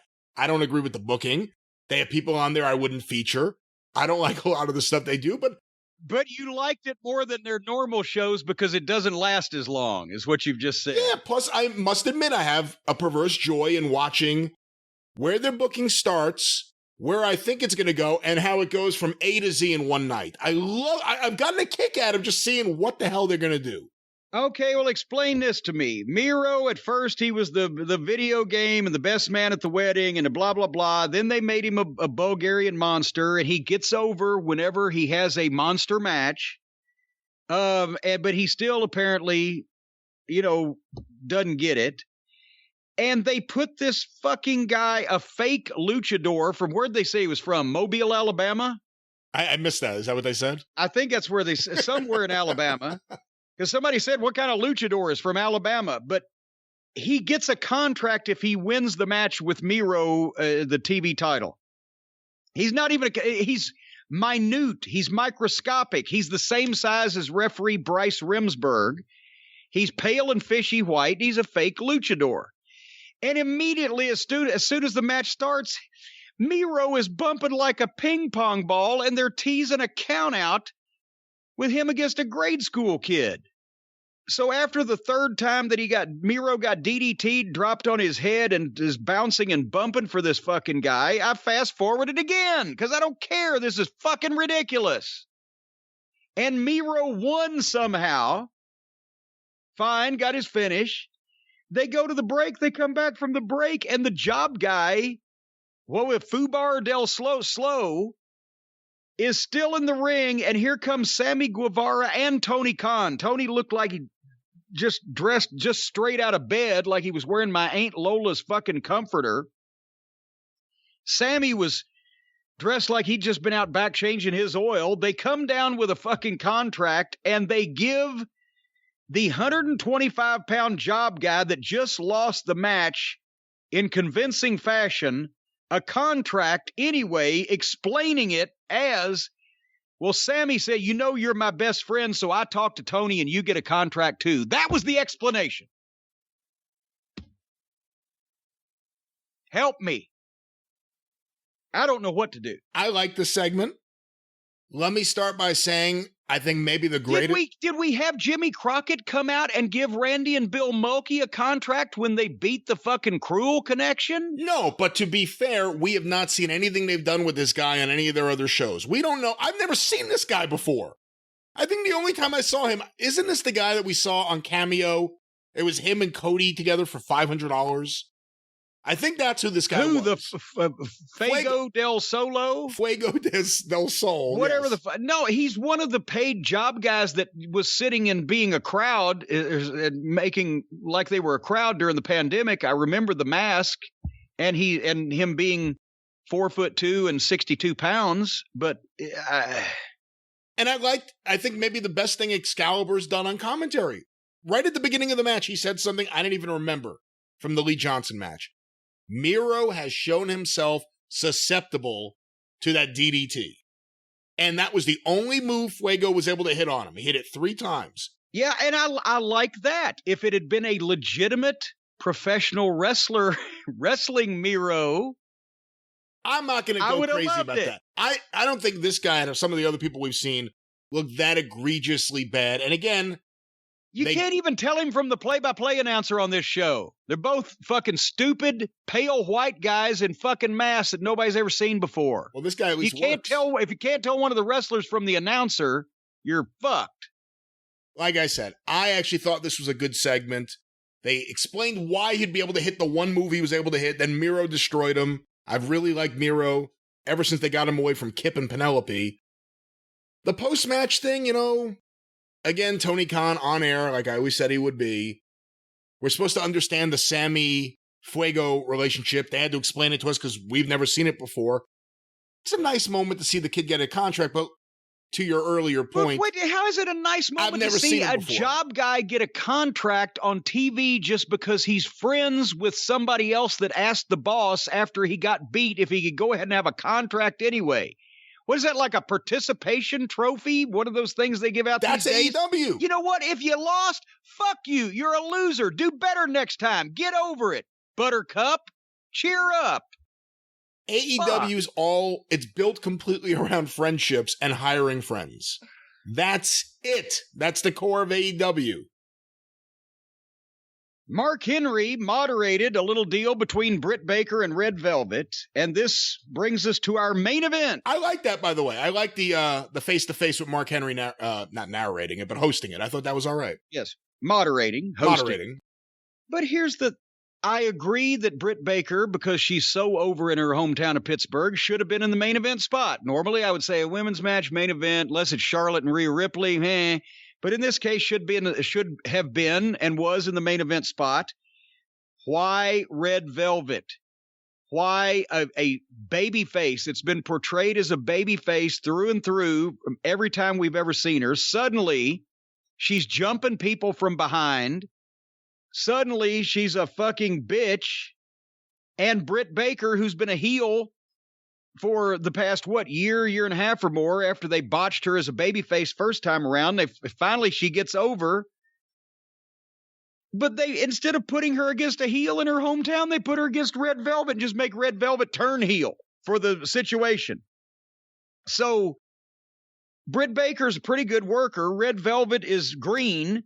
And she's also a 105-pound babyface trying to heel against a heel who's a Raven babyface.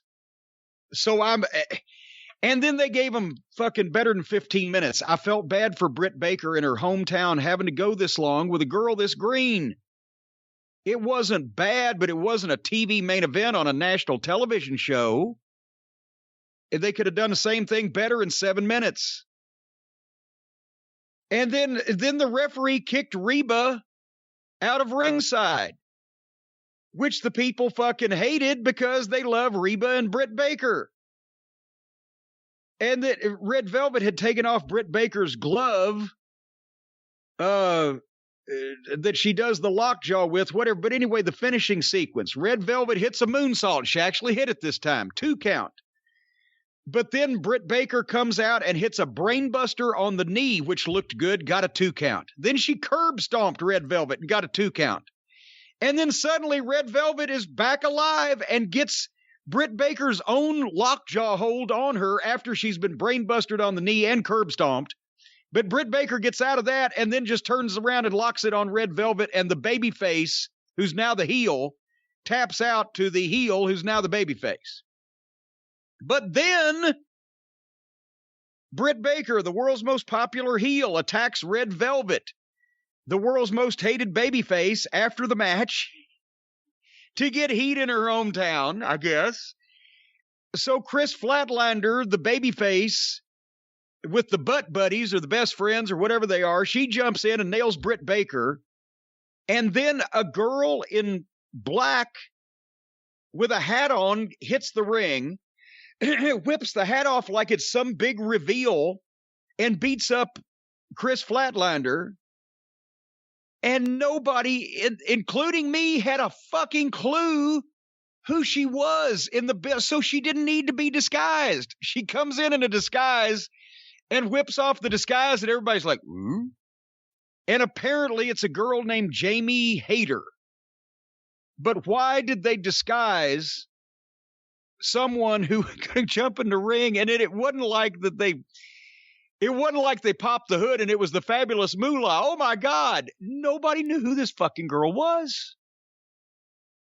And after hearing her name, I still don't. But it was like it was some major angle that was going on. And everybody's looking at each other like,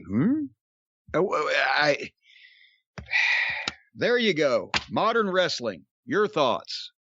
Like I said, not perfect, but by and large, I enjoyed it. Fast-moving, 1-hour show. I liked the Omega match, despite Omega's, at one point he had Christian down, and that was when he started pointing to the different places and lifting his hands up, and it's ridiculous. But I thought it was a good show. I think 1 hour fits AEW really well.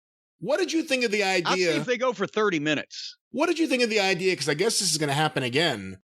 That they did Dynamite on Wednesday in Pittsburgh and stayed until Friday, same market. What do you think of running the same market twice in 1 week if this is going to continue to be a thing? Well, they're saving a ton of money. That's why Ring of Honor was often doing 2 shows in the same, area, because you save the load in and the load out. Let's face it right now, again, in the early stages, especially after the pandemic, a lot of these people are going to do whatever they have to do to be there. So if they got to come 2 nights, they'll come 2 nights. Hey, it's like they're supporting their family from the very first pay-per-view. What did I say? I said it was the biggest crowdfunding event in wrestling history. People bought tickets to see the upstarts put it to Vince. And then, because they thought all the boys were sharing in the money, right? It wasn't going to be the evil empire. And then a billionaire that has more money than Vince comes along and sets them up with a company. And, still the people, it's a crowdfunding thing. They're going to, until they have been doing this for a little while, they probably are better off because it saves money on the crew, load in and load out, and have been in the same place, and guys don't have to travel back and forth and blah, blah, blah. But at some point, everything has a limit, and they're going to have to not run the same building twice in the same week because they're not going to be able to, because you just can't. And the Northeast and Chicago and places like that are going to be a different animal than other towns. Well, yeah, I mean, you can run 3 different fucking big buildings in the New York area and actually be 20 miles away from each other and be at a whole different place, right? But most towns in America, you're not wanting to run twice in the same week. And when the new wears off and the blossom wears off of this, they're going to have more trouble because there's a limit to how much money people can spend, even if it's a grudge on these fans' part to make sure that they fucking, tell Vince what they think of him by going to the other place. So, I mean, right now it's probably going to save them some money, and it's not like they need to make any money. The TV's paid for, being paid. They're being paid for the TV is what I'm saying. And I mean, even the houses, does he give a shit what the gate is with the TV money and the fact that his father's a billionaire? Does he even give a shit? I'm sure he does. Well, I'm sure he gives a shit, but it's not going to change their standard of living if they don't do the same kind of gate. I think Tony Khan could spend any amount of money he wants, but I do think he actually does care about being profitable. Well, and I shouldn't have said it in that way. Even care about being profitable, or even care what the gate is. Just in general, I'm sure he does care, but it's not going to affect anything he wants to do. I like the idea that on Wednesday night on Dynamite, especially with the Britt Baker stuff, or specifically with the Britt Baker, I guess Christian too. Something about it, I guess because I watched him back to back this morning. The idea that did stuff on Wednesday to set up things in the same building in front of the same fans on Friday, I kind of thought that was pretty cool. I don't know why you wouldn't do that. They used to. But my point is, it's the same building. It's not like they're going down the road or to another town. No, but it's that's as old as wrestling. You're working a return, or you're to the next show, whether the next show is next week. Or remember in Los Angeles, they were going bi-weekly at one point there for a while, where they were on Wednesdays and then a weekend show. Yeah, whatever, whether it's next week in the building or next month in the building, that's not a revolutionary concept. That's old as wrestling itself. Do shit to lead to the next show. So I'm glad they're doing it because it's smart, but it's not like they just thought of it. Doesn't matter whether it's the same building next week or the same building in 2 days. So next week's Rampage, I guess that's the big one. Wait a minute. Hold on. Did you hear that? Harley has allergies. Oh. She's hacking. She needs her Benadryl. See? Poor baby. Oh. Yeah. Well, it's that time of year and the humidity too. Well, as I was saying, next week's Rampage, I guess, we assume is the big one. Next week, either CM Punk debuts or the United Center? Yeah. Is that where they're at? Or the United Center will burn to the ground on live television, ladies and gentlemen. I've said it before.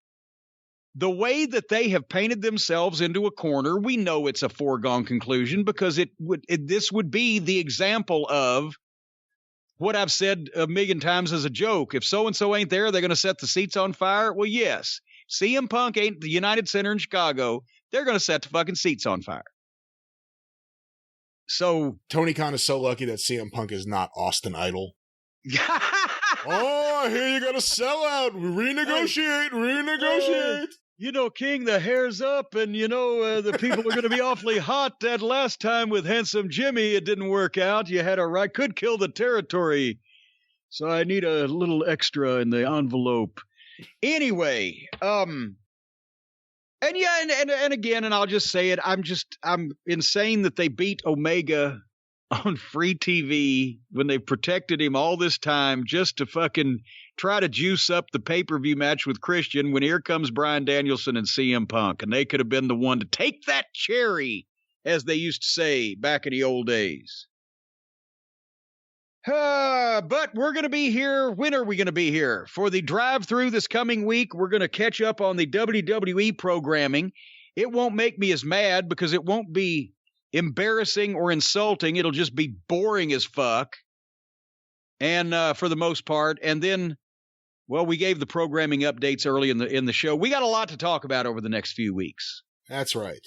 That's right. And a lot of things happening. And we're going to try to do as best we can to get to a somewhat normal schedule again. We should certainly be back in regular flow by September, but the next couple weeks may be a little bumpy. The next couple weeks may be a little bumpy. I've got things going on. You also, I understand that you have a pilgrimage to a Tibetan monastery scheduled for sometime in the next couple of weeks. It may take you out for a few days. That's right. Me and Richard Gere, we do our annual trip. We'll see what happens. I thought it was with Richard Pryor, though. No, he's dead. Well, but Richard Gere is boring, so at least Richard Pryor was exciting. Nothing like hanging out with someone who lights themselves on fire while freebasing. That's my kind of party. Well, see, him and Darby Allin would have got along well. All right, are we done here? I think so. This is taking a long time. Folks, thank you for joining us. We'll be back with the drive-thru next week and the experience later on next week and all kinds of other good stuff. Join us then, and until then, thank you, fuck you, and bye-bye, everybody.